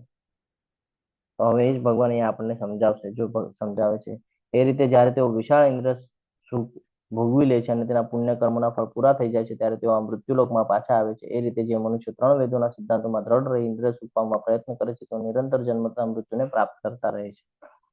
આનો અર્થ શું છે? કે આપણે ઘણું બધું ઇન્દ્રિય સુખની પાછળ ભાગી રહ્યા છીએ. તો ભગવાન આ શ્લોક દ્વારા આપણને આપણી મર્યાદા બતાડે છે, કે મર્યાદા કેટલી હોવી જોઈએ, કેટલી ન હોવી જોઈએ. કોઈ ધાર્મિક કાર્ય કરતું હોય, કોઈ યજ્ઞ વિધિ કરતું હોય, કોઈ પુણ્ય કમાતું હોય. શું કામ? કારણ કે સ્વર્ગ મળે એટલા માટે. પણ ભગવાન કહે છે સ્વર્ગનું સુખ પણ કેવું છે? ભૌતિક જગત જેવું છે. ઠીક છે, ભૌતિક જગતની અંદર તમને પૃથ્વી ઉપર થોડું ઓછું સુખ મળે છે, તમને ઉપર વધારે મળે છે, પણ જ્યારે ભોગ ભોગવાઈ જશે તો એ પણ કાયમી નથી, પાછું ક્યાં આવશે? પાછું ક્યાં આવવાનું રહેશે? નીચે. એટલે આ સમજવું જરૂરી છે કે આપણને થાય કે ભાઈ હું ખૂબ કોઈ દેવી દેવતાની ઉપાસના કરી લઉં, બહુ દાન કરી લઉં, વેદોનું અધ્યયન કરી લઉં, તપ કરી લઉં. ભગવાન કે છે એનું ફળ તો તને મળશે, અવશ્ય મળશે, હું ના નથી પાડતો કે છે. ઉપરનો લોક પણ મળશે, સારી યોની પણ મળશે, પણ પછી લાસ્ટ શું એનું એન્ડ શું? એન્ડ કાંઈ નહીં, પાછા નીચે. એટલે ભગવાન અહીંયા આપણને તફાવત સમજાવે છે, મર્યાદા સમજાવે છે કે તમે જે કરી રહ્યા છો તમે એનું એન્ડ તો જુઓ કે એનું એન્ડ શું આવશે. તમે એનું એન્ડ જ નથી જોઈ રહ્યા. ખાલી કરવું છે એટલે કરી રહ્યા છો, કર્મકાંડની વિધિ કરવી છે એટલે કરી રહ્યા છો, પણ એનો એન્ડ શું? તો ભગવાન કે છે ભક્તિમય સેવાઓમાં આવો. એટલે અહીંયા ફરીથી કે છે કે જ્યારે એના ફળ પૂરા થઈ જશે ને પુણ્ય કર્મના, પાછા મૃત્યુ લોકમાં આવે છે. ઘણી બધી કથાઓ છે, આપણે ઓરિએન્ટેશનના ક્લાસમાં લીધેલી છે. હા, તો આ સમજવું ખૂબ જરૂરી છે. ફરી પાછું ડાઉનફોલ. આ જે પૃથ્વીલોક છે, આ જે મૃત્યુલોક છે, એનો લાભ આપણને એક એવો છે કે આ મૃત્યુલોકમાંથી જ બધાએ ઉદ્ધાર કર્યો છે. જો તમે ધ્યાનથી સમજો તો અર્જુનથી લઈને તે બધાની વાત કરું છું. જીવ નામના વસુ હોય, ગંગા હોય, હા, ભીષ્મ પિતામહ હોય. તમે લોકોની કથાઓ બેકગ્રાઉન્ડમાં જજો. તમે લોકોના જો ઓરિએન્ટેશનના ક્લાસમાં કોઈએ ન હાજરી આપી હોય તો બેકગ્રાઉન્ડમાં જજો, ખબર પડશે શું શું ભૂલ કરેલી, શ્રાપ મળેલો છે ને અહીંયા આવેલા છે. અને અહીંયા આવ્યા પછી અહીંયાથી ઉદ્ધાર થયેલો છે. પણ ક્યારે ઉદ્ધાર થયો છે એ પણ જાણજો કે કોની શરણમાં હતા, કોનું સ્મરણ કરતા હતા, કોની ભક્તિ કરતા હતા, અંતર મને કોનું ચિંતન થતું હતું, ક્યારે થઈ છે એ તમે ધ્યાન આપશો તો તમને ખબર પડશે. ઉદ્ધાર ત્યારે નિશ્ચિત છે જ્યારે તમે ભગવાનની સાથે કનેક્ટિવિટીમાં હો છો. ઘણી બધી કથાઓ છે, એક કથા નથી, અસંખ્ય કથાઓ છે. તો સ્વર્ગ પણ આપણું અંતિમ લક્ષ્ય ન હોવું જોઈએ. હા, ભૌતિક સુખની પાછળ જો આપણે દોડ્યા કરશું તો જન્મ મરણનું જે ચક્ર છે ચાલુ જ રહેવાનું છે. ઉપરથી નીચે, નીચેથી ઉપર, ઉપરથી નીચે, નીચેથી ઉપર. તો સાચું લક્ષ્ય શું છે? તો કે ભગવાનના જે ધામ છે ગોલોક વૃંદાવન, ત્યાં જવું. હા, અને ત્યાં ગયા પછી ફરી પાછું આવવું નથી પડતું. એટલે આ સમજવું ખૂબ જરૂરી છે. આ બે જે શ્લોક છે એમાં આપણને એ જ સમજાય છે. 20 નંબરના શ્લોકમાં આપણને યજ્ઞ વિશે સમજાવ્યું. હા, કે યજ્ઞ કરનાર વ્યક્તિ સ્વર્ગમાં જાય છે, માન્ય છે. હવે સ્વર્ગમાં ગયા પછી શું? તો કે ભોગ ભોગવીને પાછો નીચે આવશે. એટલે આ બધું અસ્થાયી છે. ભગવાન એમ સમજાવવા માંગે છે કે આ જે કાંઈ પણ છે બધું અસ્થાયી છે, આ બધું ટેમ્પરરી છે.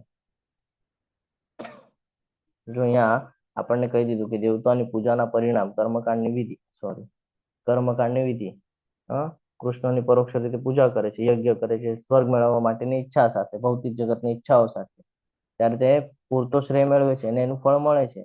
દેવતાઓના લોકમાં જાય છે એટલે ઉપરના લોકમાં જશે, ત્યાં ભોગ ભોગવશે, એન્જોયમેન્ટ કરશે ને પછી પાછું ડાઉનફોલ, પાછા નીચે.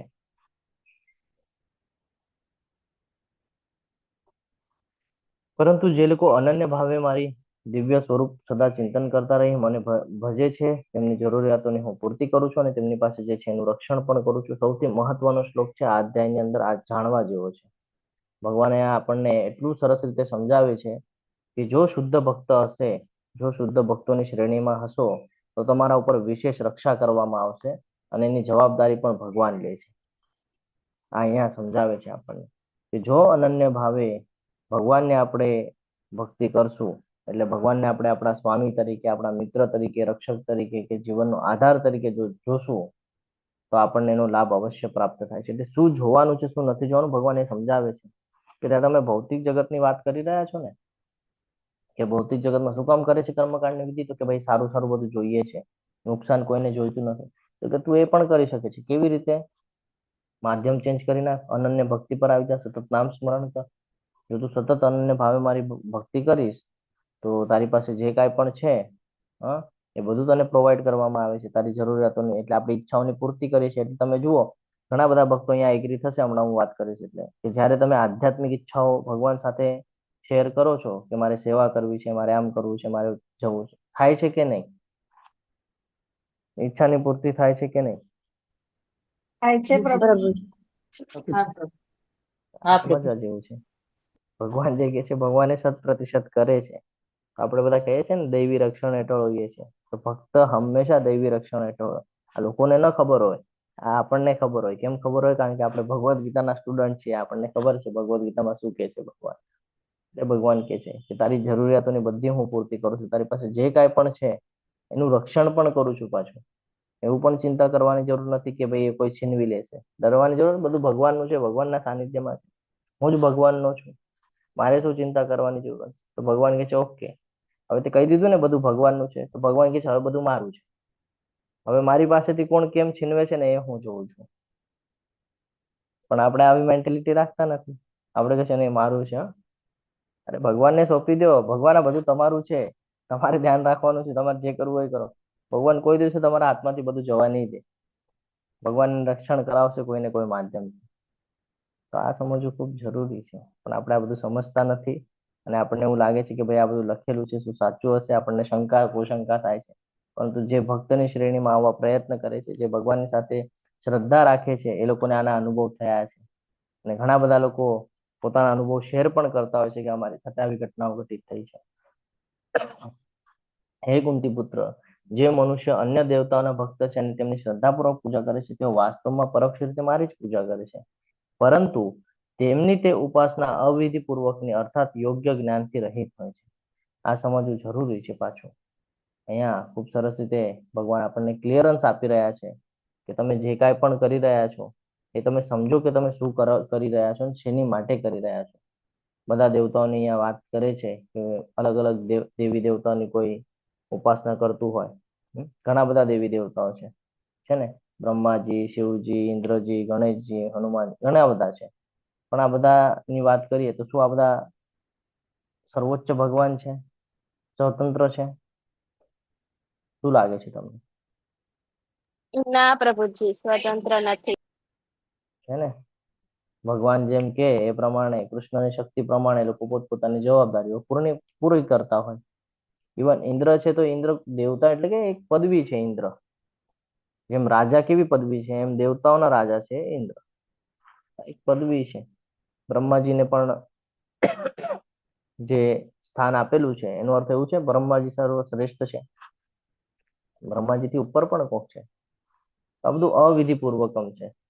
હા, એનો અર્થ એવું નથી કે ભાઈ આપણે કોઈની નિંદા કરવી જોઈએ. આ સમજવા જેવું છે પાછું, કે અવિધિ પૂર્વકમ કીધું છે અહીંયા ભગવાને, એટલે એનો અર્થ પાછો એવું નહીં લેતા કે ભાઈ દેવતાઓની નિંદા કરવી.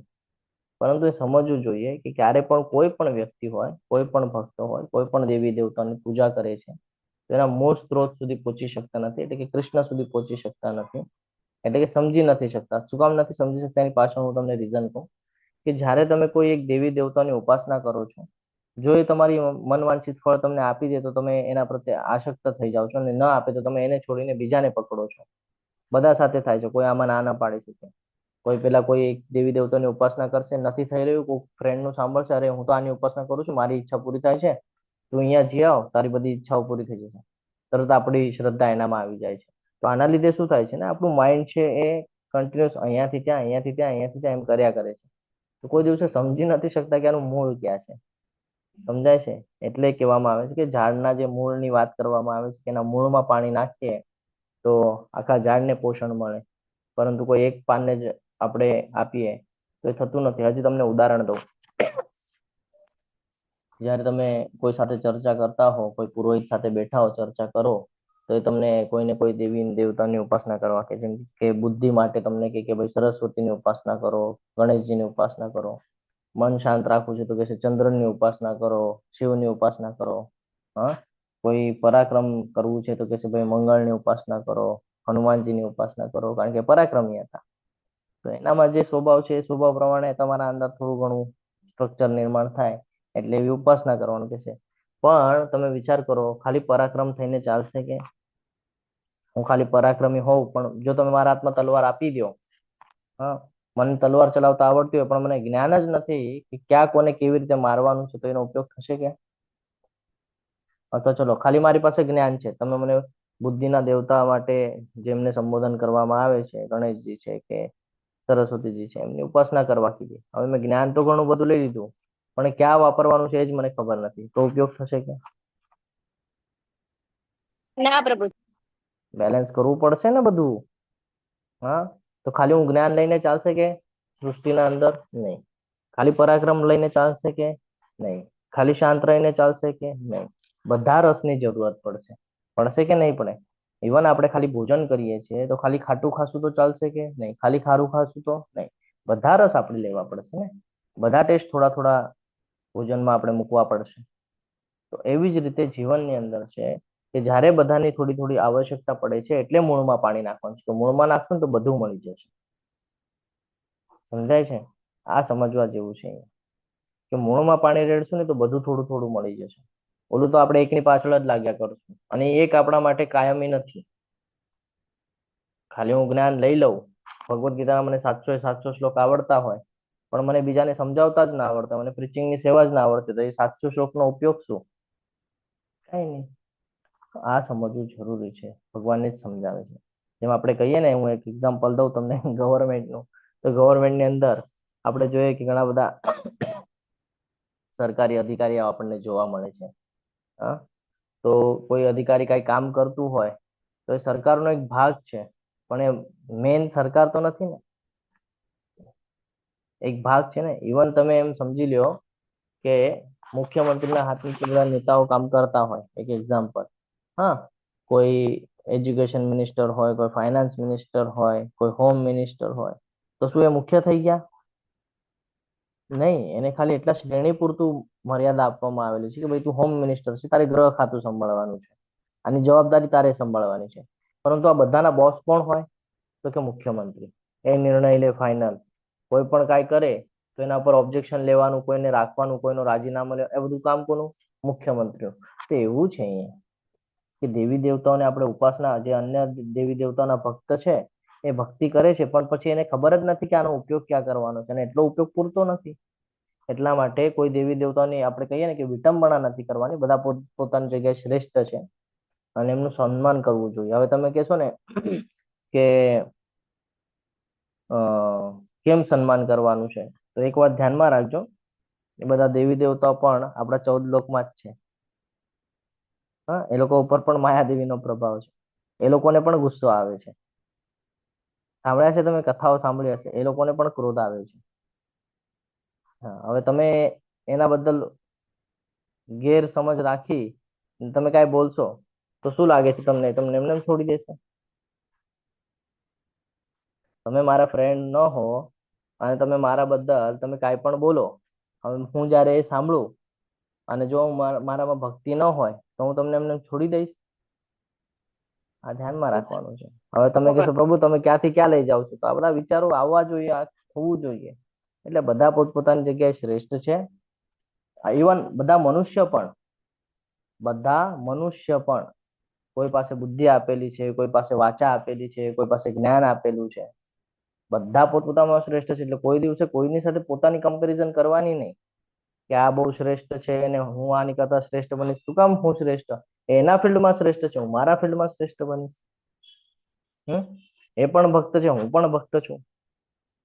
એ આટલી સેવા કરે છે, હું ઓછી સેવા કરું છું, પણ હું શ્રદ્ધાપૂર્વક કરીશ. એવી રીતે પોતાને બિલ્ડ કરો. બીજા સાથે હરીફાઈ રાખવાની જરૂરત જ નથી ને. ભગવાને બધામાં કાંઈક ને કાંઈક ઓછું રાખેલું જ છે, બધામાં બધું આપ્યું નથી. બધામાં બધું હશે તો કાંઈક એક વસ્તુ કાઢી જ લીધી હશે ભગવાને. બધાને થોડી પૂર્ણ પુરુષોત્તમ પરમેશ્વર જેવું મળવાનું છે. અને આ જ બાબત દેવી દેવતાઓમાં જોવા મળે છે. બધા દેવી દેવતાને બધી શૃંખલા આપીને રાખી છે, પણ તમે મને એક પણ દેવી દેવતા એવા બતાડી દો કે એના આગળ બધું જ છે, એ જે ચાહે એ બધું કરી શકે છે? નથી. તમે એમ કહો કે ભાઈ અગ્નિદેવ, વરુણદેવ, વાયુદેવ બધાને મિક્સ કરીને એક જ દેવતા બતાડો, પોસિબલ જ નથી. ભગવાને વ્યવસ્થા જ એવી કરીને આપી છે કે કોઈ કોઈની સાથે હરીફાઈ ન કરે. ભાઈ તું તારા કામમાં શ્રેષ્ઠ છે, તું તારા કામમાં શ્રેષ્ઠ છે, ઝઘડા કરવાની કોઈ જરૂરત નથી. તો આપણે પણ એ ધ્યાનમાં રાખવાનું છે કે આપણે એમાં ફસાવાનું નથી. તો આપણે કોને પાસે જવાનું છે? મૂળ પાસે જવાનું છે. મૂળ કોણ છે? કૃષ્ણ. એટલે ભગવાનની જો આપણે ભક્તિ કરશું તો આપણે આત્માને યોગ્ય ગતિ પ્રાપ્ત કરાવી દેશે. સમજાય છે? ચર્ચા કરીએ તો મારી પાસે તો કલાકો ઓછા પડી જશે, કે બધી ચર્ચાઓ થઈ શકે એમ છે. આગળ વધીએ. તે ઓછી બુદ્ધિની નિશાની છે. જો કે છે કે ઓછી બુદ્ધિની નિશાની છે, કારણ કે આવી ઉપાસના ફક્ત મને આપવામાં આવે છે, પરંતુ પરોક્ષ રીતે અયોગ્ય પદ્ધતિ તરીકે કૃષ્ણની પરોક્ષ પૂજા માટે 3 ઉપમાઓ છે. પાંદડા અને ડાળીઓ પર પાણી રેડવું, મૂળ પર નહીં. શરીરના વિવિધ ભાગોને ખવડાવવું અને પેટને નહીં. અને સરકારના કાયદાઓનું પાલન ન કરવું અને અધિકારીઓને લાંચ આપવી. તો આ એના ઉદાહરણો આપ્યા છે ને આવી પૂજાનું પરિણામ શું આવે તો કે આવા ઉપાસકોનું શું થાય તો કે તેઓ ફક્ત પતન પામે છે. અને બાકીની ચર્ચા આગળના શ્લોકમાં છે એમ કહેવામાં આવે છે. આપણે આગળના શ્લોક તરફ આગળ વધીએ તો કે હું જ સર્વ યજ્ઞોનો એકમાત્ર ભોગતા અને સ્વામી છું. કયો શ્લોક યાદ આવે તરત આપણને? ભોક્તારામ યજ્ઞ તપસામ ભોક્તારામ. સર્વ મહેશ્વરમ. હા. તો અહીંયા કે છે હું જ સર્વ યજ્ઞોનો એકમાત્ર ભોગતા અને સ્વામી છું. તેથી જે મનુષ્ય મારી સાચી દિવ્ય પ્રકૃતિને ઓળખી શકતા નથી તેઓ અધપતિત થાય છે. તો આ સમજવું જરૂરી છે કે આપણે જે કાંઈ પણ અહીંયા કરીએ છીએ ભગવાન અહીંયા પોતાની કહે ને કે સ્થિતિ સમજાવવા માંગે છે કે તમે જે કરો છો એ તમે અહીંયા સુધીનો વિચાર કરો છો, તમે અહીંયા સુધીનો વિચાર નથી કરતા. એક એક્ઝામ્પલ દઉં ભૌતિક જગતનો. હા, કે તમે એમ વિચાર કરતા હો કે મારે 1 કરોડ કમાવા છે, તો શું તમે એક્ઝેક્ટલી 1 કરોડ કમાવ છો? થોડા નીચે કમાવો છો ને?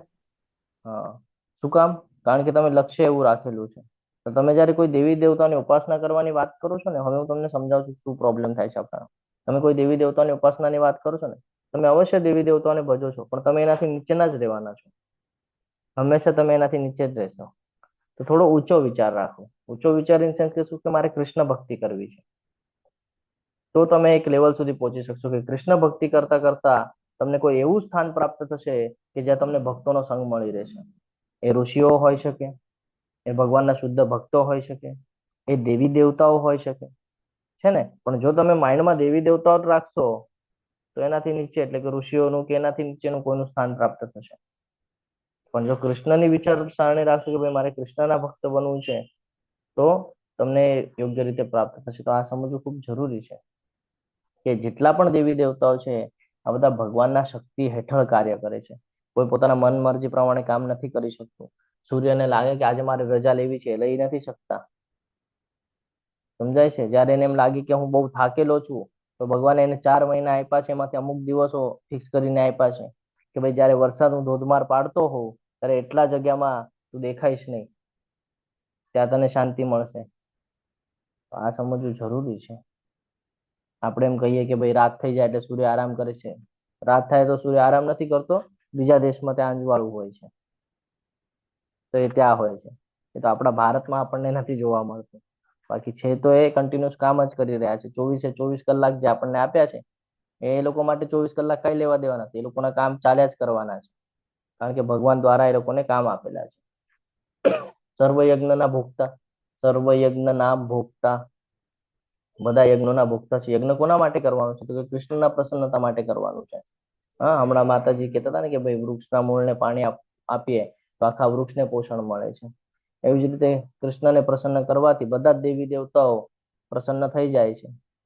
બધા જ દેવી દેવતા.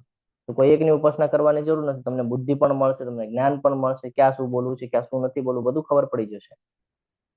હે ને? તો આ સમજવું જરૂરી છે. પ્રભુ રેવચ, સર્વોચ્ચ સ્વામી છે. પ્રભુ રેવચ એટલે સર્વોચ્ચ સ્વામીની વાત થાય છે કે બધા યજ્ઞોના નિયંતા છે. હા, દેવી દેવતા પણ એમની આજ્ઞા અનુસાર કાર્ય કરે છે. કોઈ પોતાના મન મરજી પ્રમાણે કામ ન કરી શકે. ધતુ મામ અભિજાનંતી, અભિજાનંતી આપણે પાછળ પણ જોઈ ગયા છે. હા, તો કે છે આગળ કે છે તત્વેનાથ, તત્વેનાથ એટલે મને તત્વથી કોઈ ઓળખી નથી શકતા.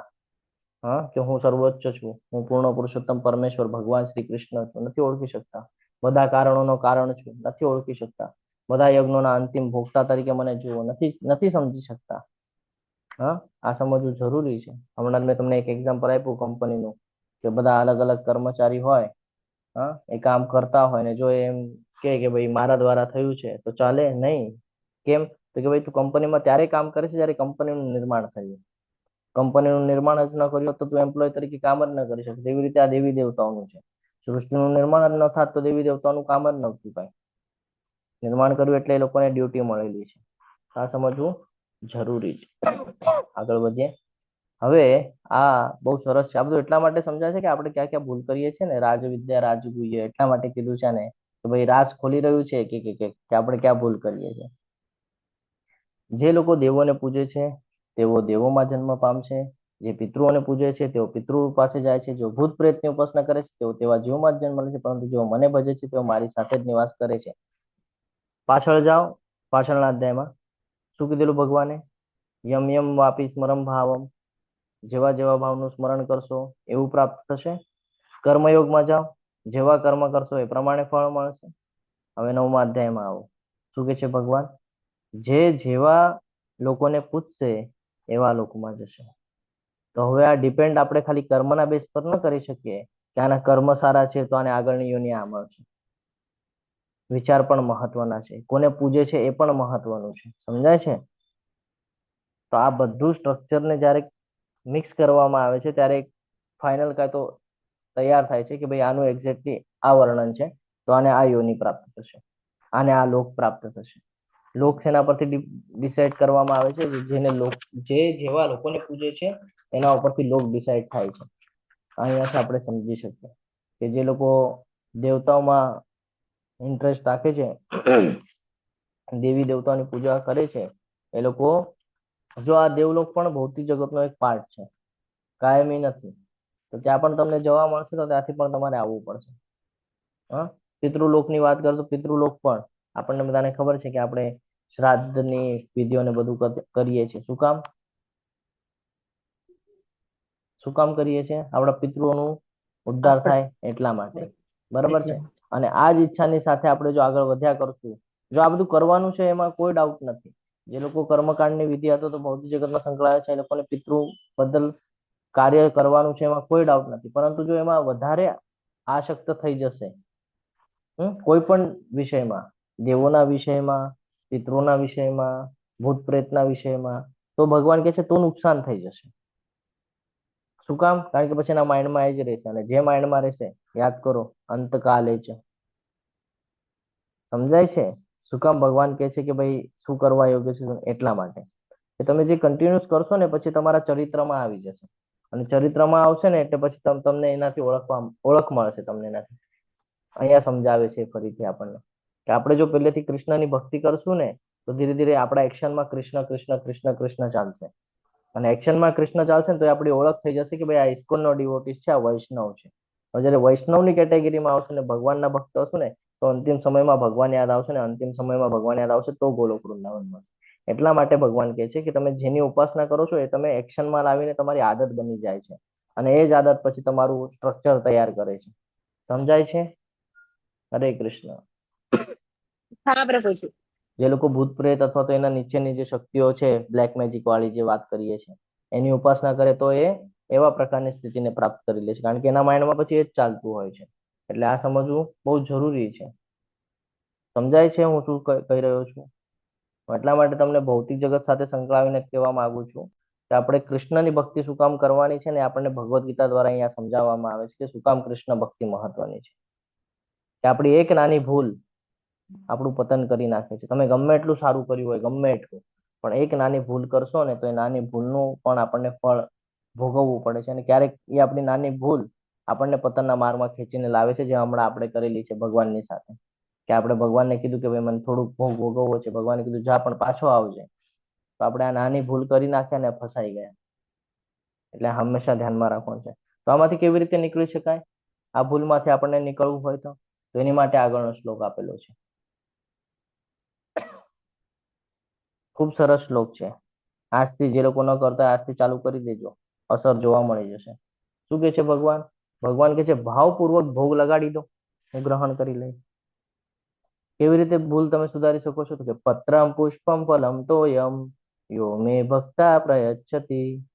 જો કોઈ મનુષ્ય પ્રેમ તથા ભક્તિપૂર્વક મને પર્ણ એટલે કે પાન, ફૂલ, ફળ કે જળ અર્પણ કરે તો હું તેનો સ્વીકાર કરું છું. હવે ઘણા બધા લોકોને એવું હોય કે રોજ રોજ ફૂલ લાવી ન શકે, ફળ લાવી ન શકે, તો ભગવાન કહે છે કોઈ વાંધો નહીં. તુલસી દળ છે? તો કે હા. ક્યારેક એવું થાય કે ભાઈ તુલસી દળ પણ અવેલેબલ થઈ શકે. હા, તો કે ભાઈ ઘરે પાણી છે, તું પાણી પીવે છે? તો કે હા. જળ અર્પણ કરી દે. હું તો ભાવનો ભૂખ્યો છું, આ બધું તો મારા દ્વારા તને મળેલું છે. હા, પણ તો તારી ભાવના બહુ મહત્વની છે કે તું જો પ્રેમપૂર્વક જો મને અર્પણ કરીશ તો હું એને યો મે ભક્તા પ્રયચ્છતિ, તું એને ભાવપૂર્વક જો અર્પણ કરીશ તો હું એને સ્વીકાર કરી લઈશ. એટલે હંમેશા ભગવાન આ કહે છે કે વ્યક્તિ અહંકારમાં આવે છે તો પોતાનું પતન કરી લે છે. એટલે અહંકાર આપણને ત્યાગવાની વાત કરે છે. જો આને આપણે ડીપલી સમજવાનો પ્રયત્ન કરીએ તો અહીંયા ઘણી બધી બાબતો શીખવા મળે છે કે ભગવાન કહે છે કે નમ્રતા લાવ. નમ્રતાનો ભાવ લાવ. અહંકાર લાવીશ તો તું પતન થઈ જશે. તો તું મને નમ્રતાપૂર્વક અર્પણ કર. તું એમને બતાવે કે ભગવાન મેં તમને ફૂલ અર્પણ કર્યું, તો ભગવાન કહેશે ફૂલ તો મેં જ તને આપ્યું હતું. તો કહેશે કેવી રીતે? વૃક્ષ મેં જ ઉગાડ્યું છે. તો કહેશે બી તો મેં લાવ્યું. તો બી ક્યાંથી આવ્યું? એ પણ મેં જ આપ્યું છે. એટલે ભગવાન કહે છે કે તું નમ્રતાનો ભાવ લાવ અને નમ્રતાપૂર્વક તું મને અર્પણ કર. હા, તારો પ્રેમ મહત્વનો છે. તારો મારી સાથેનો જે સંબંધ તું બિલ્ડ કરવા માંગે છે, સંબંધ કેવો રાખવો છે એ મહત્વનું છે. બાકી તું કહીશ કે હું તો રોજ ભગવાનને હાર ચડાવું છું ને ફળ ચડાવું છું, ભગવાન કહે છે મને કોઈ જરૂરત નથી, આ બધું હું જ તને આપું છું, હું જ તને આપું છું ને એ જ તું મને બતાડી રહ્યો છે. ભગવાન કહે છે ભાવનો મહત્વ છે. સમજાય છે? હે કુંતી પુત્ર, તું જે કાંઈ પણ કરે છે, જે કાંઈ ખાય છે, જે કાંઈ અર્પિત કરે છે તો દાન આપે છે, અને જે તપશ્ચર્યા કરે છે એટલે કે તપસ્યા કરે છે તે સર્વ મને સમર્પણ કર દેશે. શું કામ ભગવાન એવું કહે છે? શું કામ કહે છે કે જે કાંઈ પણ કરે છે, જે ખાય છે, જે અર્પિત કરે છે, દાન આપે છે, બધું તપસ્યા કરે છે, બધું મને અર્પણ કર? અહંકારનો ભાવ છૂટવા માટે. કે જ્યારે આપણી પાસે બહુ પ્રમાણમાં બધું આવી જાય છે ને, તો આપણે કોઈને દેવું કરવું નથી હોતું. દેવું કરવું એટલે કે ભાઈ ભગવાને આપણને એવી શ્રેણીમાં રાખ્યું છે કે તમે કોઈકને કંઈક હેલ્પફુલ થઈ શકો છો, તો પણ તમે કરવા માંગતા નથી. તો એનાથી શું થાય છે? અહંકાર આવે છે. અને અહંકાર આપણને ક્યાં લઈ જાય છે? પતનના દ્વારે લઈ જાય છે. એટલે ભગવાન અહીંયા આપણને સમજાવે છે કે તું જે કાંઈ પણ કરે છે, ફોર એક્ઝામ્પલ તું તારા ડેલી રૂટીનના અંદર તું ઓફિસમાં જતો હોય, નોકરી કરતો હોય, વ્યવસાય કરતો હોય, સ્ટડી કરતો હોય કે ઘરનું કોઈ કાર્ય કરતો હોય, તો આ બધામાં તું મારી સેવા કરી શકે છે. આપણે આની ડિટેલ્સમાં ચર્ચા કરેલી છે કેવી રીતે કરી શકીએ છીએ. જોબ પરથી જે કાંઈ પણ કમાઈએ છીએ એનો અમુક ભાગ તમે સેવામાં લગાડી શકો છો. બુક ડિસ્ટ્રીબ્યુશન છે, કોલેજ નિર્માણ છે, ટેમ્પલમાં અલગ અલગ સેવા છે, ગો સેવા છે, એ કરી શકો છો. વ્યવસાયની અંદર તમે ભગવાનને સીધા સીધા પાર્ટનર બનાવી શકો છો. અભ્યાસની અંદર તમે ભૌતિક જ્ઞાનની સાથે સાથે તમે શાસ્ત્રોનું જ્ઞાન લઈ શકો છો, ભગવદ્ ગીતા સમજી શકો છો, ભાગવતમ સમજી શકો છો. હા, અને ઘરનું કાર્ય તો આ ગૃહિણી માટે એટલે કે માતાજીઓ માટે છે. ઘરનું જે કાર્ય છે એ કાર્ય કરતા કરતા જો તમે ભોજન બનાવો છો તો આખું કિચન તમારું મંદિર બની જાય છે. ઘરની અંદર જો કીર્તન થાય છે તો ઘર આખું મંદિર બની જાય છે. હા, ભગવદ્ ગીતા વંચાઈ રહી છે ઘરની અંદર, ભગવદ્ ગીતાની ચર્ચા થાય છે તો તમે એક પ્રકારે યજ્ઞ કરી રહ્યા છો. આ બધું સમજવું જરૂરી છે કે ભગવાનની સેવા આપણે કયા કયા માધ્યમોથી કરી શકીએ છીએ. પછી કે છે તું જે કાંઈ પણ ખાય છે, તો આપણે અત્યાર સુધી તો પોતાના કહે ને ઇન્દ્રિય તૃપ્તિ માટે ખાતા હતા, પણ હવે એને બદલી નાખવાનું છે કે જે કાંઈ પણ બનાવે પેલા ભગવાનની માટે બનાવવાનું છે, ભગવાનને અર્પણ કરવાનું છે, અને પછી અન્ન આપણે ગ્રહણ કરવાનું છે. કારણ કે ભગવાનની કૃપાથી આપણને પ્રાપ્ત થયું છે. ઘણા લોકોને તો એ પણ પ્રાપ્ત નથી થતું. આપણે ત્યારે આપણાથી નીચેના શ્રેણી વાળાઓને જોવું જોઈએ. તફાવત નથી કરતો, સમજાવું છું કે શું ફરક છે. કે આપણને ભગવાન એવી શ્રેણી આપેલી છે કે ભાઈ તમને 2 ટાઈમનું પૂરતું મળી રહે, પણ ઘણા બધા લોકો એવા છે કે એની માટે એને ભટકવું પડે છે. એને પણ મળે છે નો ડાઉટ, પણ એને એની માટે ભટકવું પડે છે. તો આપણે એની વેલ્યુ કરવી જોઈએ જે ભગવાને આપણને આપેલું છે. થાય એવું છે કે આપણને કહીએ ને સહેલાઈથી મળી જાય છે ને, તો આપણને એની વેલ્યુ નથી રહેતી. એટલે ભગવાન આપણા જીવનમાં દુઃખ આપે છે કે આપણને એ બધાની વેલ્યુ થાય. તો આ સમજવું જરૂરી છે. આગળ કહે છે કે તું જે કંઈ પણ અર્પિત કરે છે, એટલે યજ્ઞની વાત કરે છે, દાનની વાત કરે છે, તું જે કાંઈ પણ કરે છે તો એનો હેતુ શું હોવો જોઈએ? ધાર્મિક કાર્ય જે તમે કરો, દાન કરો કે જે કાંઈ પણ, એનો હેતુ શું હોવો જોઈએ? એનો હેતુ હોવો જોઈએ ભગવાનની પ્રસન્નતા માટે કરી રહ્યા છો. પણ આપણા માઇન્ડમાં એવો વિચાર હોતો નથી. દાન પણ શું કામ હોય? સેવા શું કામ કરો છો તમે? દાનની જે સેવા છે શું કામ કરો છો? હરે કૃષ્ણ. પ્રશ્ન છે. આખું કઈ સારું પુણ્ય થાય એમ છે. કમાવા, પુણ્ય સુખ મળે, શાંતિ માટે. સુખ શાંતિ પુણ્ય. કેમ કે ધન શુદ્ધ થાય પ્રભુજી. હરે કૃષ્ણ પ્રભુજી. આપણે લક્ષ્મીજી શુદ્ધ થાય એટલે હરે ઘણી વાર કૃષ્ણ વાહવાનો જ ભાવ હોય છે પ્રભુજી. હવે પ્રભુજી તો ભગવાનનું છે અને ભગવાનને અર્પણ કરવાનું છે એટલા માટે પ્રભુજી. હવે હું તમને સમજાવું કે હર્ષા માતાજીએ જે આન્સર તો બધા એના સાચા છે, પણ આપણે સમજાશું એ કેવી રીતે ખબર પડે? અહીંયા આન્સર ઉપરથી ખબર પડે કે જેટલા પણ આન્સર આપે ને બધા ભૌતિક આન્સરો હતા. કે લક્ષ્મી શુદ્ધ કરવી કે સુખ સમૃદ્ધિ, બધી ભૌતિક. જ્યારે કે ભગવાન આપણને સમજાવે છે કે ભૌતિક જગત ટેમ્પરરી છે. તો હંમેશા ભગવાનના પ્રસન્નતા માટે કરવાનું છે કે એનાથી જે જીવ છે એ જીવ યોગ્ય જ્ઞાન પ્રાપ્ત કરી શકે, એનું કલ્યાણ થઈ શકે, એની માટે કરવાનું છે. આ શીખવા જેવું છે ભગવદ્ ગીતામાંથી. ભાવ બદલવાની વાત કરે છે ને ભગવાન. ભગવાન કહે છે આપ્યું તો મેં જ છે તમને બધું. પૈસા પણ આજે તમે જે કમાવ્યા તો કે મેં જ પ્રોવાઈડ કરાવીને આપે, ત્યારે તો તમે કમાયા છે. તો આ સમજવા જેવું છે. ભગવાન હમણાં જ 2 શ્લોક પહેલા આપણને સમજાવીને ગયા કે ભાઈ વિનમ્રતાના ભાવથી આવો, વિનમ્રતાના ભાવથી કરો તમે, પ્રેમપૂર્વક કરો તમે, મારા પ્રસન્નતા માટે કરો તમે. તમે જો તમારું સ્ટ્રક્ચર માઇન્ડમાં રાખશો તો તમે ભૌતિકમાં હજી ફસાશો. તમે જો એને મારી સાથે કનેક્ટ કરી દેશો તો હું એનું રક્ષણ પણ કરીશ અને તમારી ઈચ્છાઓની પૂર્તિ પણ હું કરીશ. તો આ વિચારસરણી કરવાની છે આપણે, કે જીવ માત્રના કલ્યાણ માટે કાર્ય કરવાનું છે. જીવ માત્રના કલ્યાણ માટે કેવી રીતે થઈ શકે? તો જ્યારે આપણે ભગવાનને સમર્પિત કરશું તો ભગવાનને યોગ્ય માર્ગ ઉપર જવાનો કહીએ ને કે રસ્તો કરી આપશે. જેમ એક એક્ઝામ્પલ આપું કે અત્યારે જો આપણી પાસે ભગવાનના કૃપાથી ઘણું બધું હોય અને આપણે એને આપણા ટેમ્પલમાં દાન કરી દઈએ, તો ટેમ્પલની અંદર આવશે બધા સંન્યાસીઓ, ભક્તો આવે છે. કાં તો એને ભોજનમાં એ યુઝ થઈ જશે, કાં તો ત્યાં ગૌશાળા છે તો ગો કહે ને કે ગૌને જે ચારો આપવામાં આવે છે ત્યાં યુઝ થઈ જશે, અથવા તો પછી બાજુમાં કોલેજ બની રહ્યો છે તો કોલેજમાં યુઝ થશે. હવે કોલેજમાં પણ યુઝ થઈ ગયા એ, ત્યાં તો ઘણા બધા જીવો આવશે જ્યાં બધું જ્ઞાન લેશે. હવે જ્ઞાન લેવાની પાછળ કોઈક તો ભક્ત બનશે, કોઈ એક તો ભક્ત બનશે. હવે જેટલી ભક્તિ કરશે એ ભક્તિ પાછળ રીઝન શું થયું? એ કોલેજ. કોલેજ કેવી રીતે બન્યો? ભગવાનની કૃપાથી. પરંતુ માધ્યમ કોને બનાવ્યું? આપણને. આ સમજવાનું છે. આપણે છે ને લાંબેનો વિચાર કરતા થવાનું છે. આપણે બહુ શોર્ટ વિચાર કરીએ છીએ કે ભૌતિક જગત નહીં, આધ્યાત્મિક. જે કાંઈ પણ કરો છો, ભગવાન પોતે અહીંયા કહી રહ્યા છે, જે કાંઈ પણ કરો છો મને સમર્પિત કરતો થા. તો એની પાછળ એવી ભાવના નહીં રાખ કે હું એટલા માટે દાન કરું છું કે મને હજી મળી રહે. નહીં, તને જે લખેલું છે તારા નસીબમાં તને મળવાનું છે. તારું નસીબ પણ તું બદલી શકે છે ભક્તિ દ્વારા. જો તું અનન્ય ભક્તિ કરીશ તો તારું નસીબ પણ તું બદલી શકે છે, ભગવાન કહે છે. એટલે આ સમજવું જરૂરી છે કે તપસ્યા કરો કે જે કાંઈ પણ કરો એમાં બધી કોણ હોવું જોઈએ?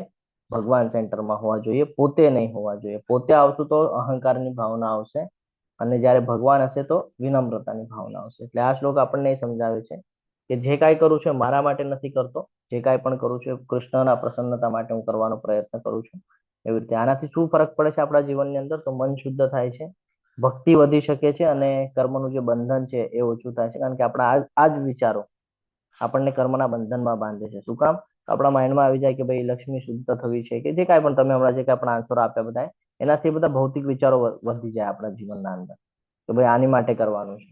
અને જ્યારે તમે એ વિચારોની સાથે કરો ને, હું તમને એક રિયાલિટી કહું, તમે એને માનો કે ન માનો પણ હું તમને રિયાલિટીના દર્શન કરાવી દઉં. જ્યારે તમે વિચારની સાથે રાખો ને કે ભાઈ મારે લક્ષ્મી શુદ્ધ કરી દો, તો તમને 1000 રૂપિયા આપવાનું હશે ને તો તમે 500 પણ નહીં આપો, તમે 100 રૂપિયા જ આપશો. 100 રૂપિયાની પાછળ પણ તમારી થિંકિંગ અલગ હશે કે ભાઈ 100 રૂપિયા આપ્યા છે, અમે 100 રૂપિયા આપ્યા છે. અહંકાર.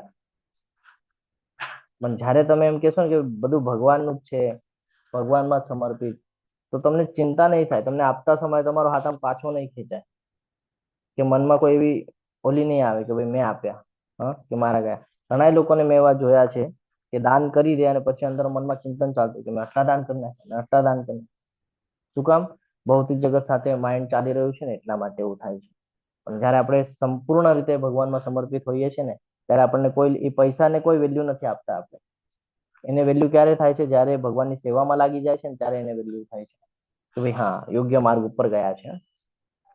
આ સમજવા જેવું છે. બાકી તમારા એકાઉન્ટમાં પડ્યા તમને એવું થાય કે ભાઈ મારી આગળ ₹1,00,000 છે, લાવને 1000 રૂપિયા હું દાન કરી દઉં, તો તમે 1000 રૂપિયા દાન કરશો ને તો તમને 4 વાર માઇન્ડમાં આવશે 1000 રૂપિયા દાન કર્યો, 1000 રૂપિયા દાન કર્યો. તો આ હંમેશા ધ્યાનમાં રાખવાનું છે કે જ્યારે તમે એને ભગવાન સાથે કનેક્ટિંગ કરી નાખશો ને તમારે ચિંતા કરવાની જરૂરત નથી.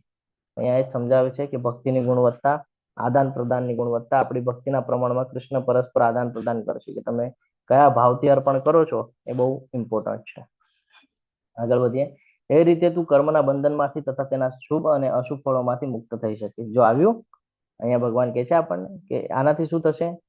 તું આવા કર્મ કરીશ, મારી માટે કર્મ કરીશ, તારા જે પણ ફળ છે જો તું મને અર્પણ કરી દઈશ, તારા જીવનની જેટલી પણ સેવાઓ છે જો મારી સાથે જોડાવી દઈશ તો તને કોઈ દિવસ કર્મનું બંધન નહીં લાગે. અને સંન્યાસ યોગમાં પોતાના મનને સ્થિર કરીને તું મુક્તિ પામીશ અને મને શરણાગત થઈ શકીશ. ત્યારે શરણમાં જઈ શકે, ત્યારે જ જઈ શકે જ્યારે આપણે આ ભૌતિક જગતના વિચારોનો ત્યાગ કરીએ. ભૌતિક જગતના વિચારો એટલે શું? કે ભાઈ હું મારી માટે કરી લઉં, હું મારા ઇન્દ્રિય તૃપ્તિ માટે કરી લઉં, આને કહેવાય ભૌતિક જગતના વિચારો. પરંતુ શું આવવું જોઈએ કે હું હંમેશા જે કાંઈ પણ કરું કૃષ્ણના માટે કરું, કૃષ્ણના પ્રસન્નતા માટે કરું. હું જીવન પણ જીવું છું તો હું કૃષ્ણ માટે જીવું છું. આવી રીતે રાખવાનું છે. આનાથી શું થાય? આપણા અંદરનો અહંકાર ઓછો થાય, ભક્તિમાં આપણે તલ્લીન થાય ને ભગવાનની સાથે આપણો જે સંબંધ છે એ હજી વધતો જાય. બે પ્રકારના કર્મ આપણે કરીએ છીએ ભૌતિક જગતમાં, એક સારું અને એક ખરાબ. સારું કર્મ જેનું સુખ આપણને મળે અને જન્મ મૃત્યુનું ચક્ર જે ચાલુ રાખે છે એને સારા કર્મ કહેવાય છે, અને ખરાબ કર્મ જે આપણને દુઃખ આપે છે અને આપણું પતન કરાવે છે એને ખરાબ કર્મ કહેવાય. તો આ બંનેથી ઉપર ઉઠવાનું છે. આ બંનેથી ઉપર કેવી રીતે ઉઠવાનું છે? અકર્મમાં આપણે આગળ આવવાનું છે કે ભગવાનના પ્રસન્નતા માટે થઈને હું કર્મ કરું. અને ત્યારે એક સિચ્યુએશન એવું આવી જશે કે આપણે એવું નહીં માને કે હું કરતા છું અને આ ફળ મારું છે. એ ભાવ છે આપણે છૂટી જશે, અને ભાવ છૂટશે ત્યારે આપણે ભક્તિપૂર્ણ જીવન જીવવાની શરૂઆત કરશું. અને જે કાંઈ પણ જીવનમાં કરશું એ બધું ભગવાનના પ્રસન્નતા માટે કરવાનું ચાલુ કરશું. એટલે ભગવાન એ આપણને કહે છે કર્મ છોડવાનું નથી, પણ કર્મની પાછળનો જે તમારો સ્વાર્થ છે ને આ ભૌતિક જગત પ્રત્યેનો, કે મારી માટે કે મારા પૈસા માટે કે મારા તૃપ્તિ માટે, એ બધું છૂટી જશે. હા, દરેક કાર્યમાં સૌથી પહેલા ભગવાન યાદ આવવા જોઈએ. સફળતા હોય કે નિષ્ફળતા હોય બધું ભગવાનને અર્પણ કરવાનું છે. ભાઈ હું પાસ થાવ તો પણ તમારો, અને હું ફેલ થાવ તો પણ તમારો. હું ભક્તિમાં દ્રઢ નિશ્ચયપૂર્વક આગળ જાઉં તો પણ તમારો, અને હું ભક્તિમાં ફેલ થઈ જાઉં તો પણ તમારો.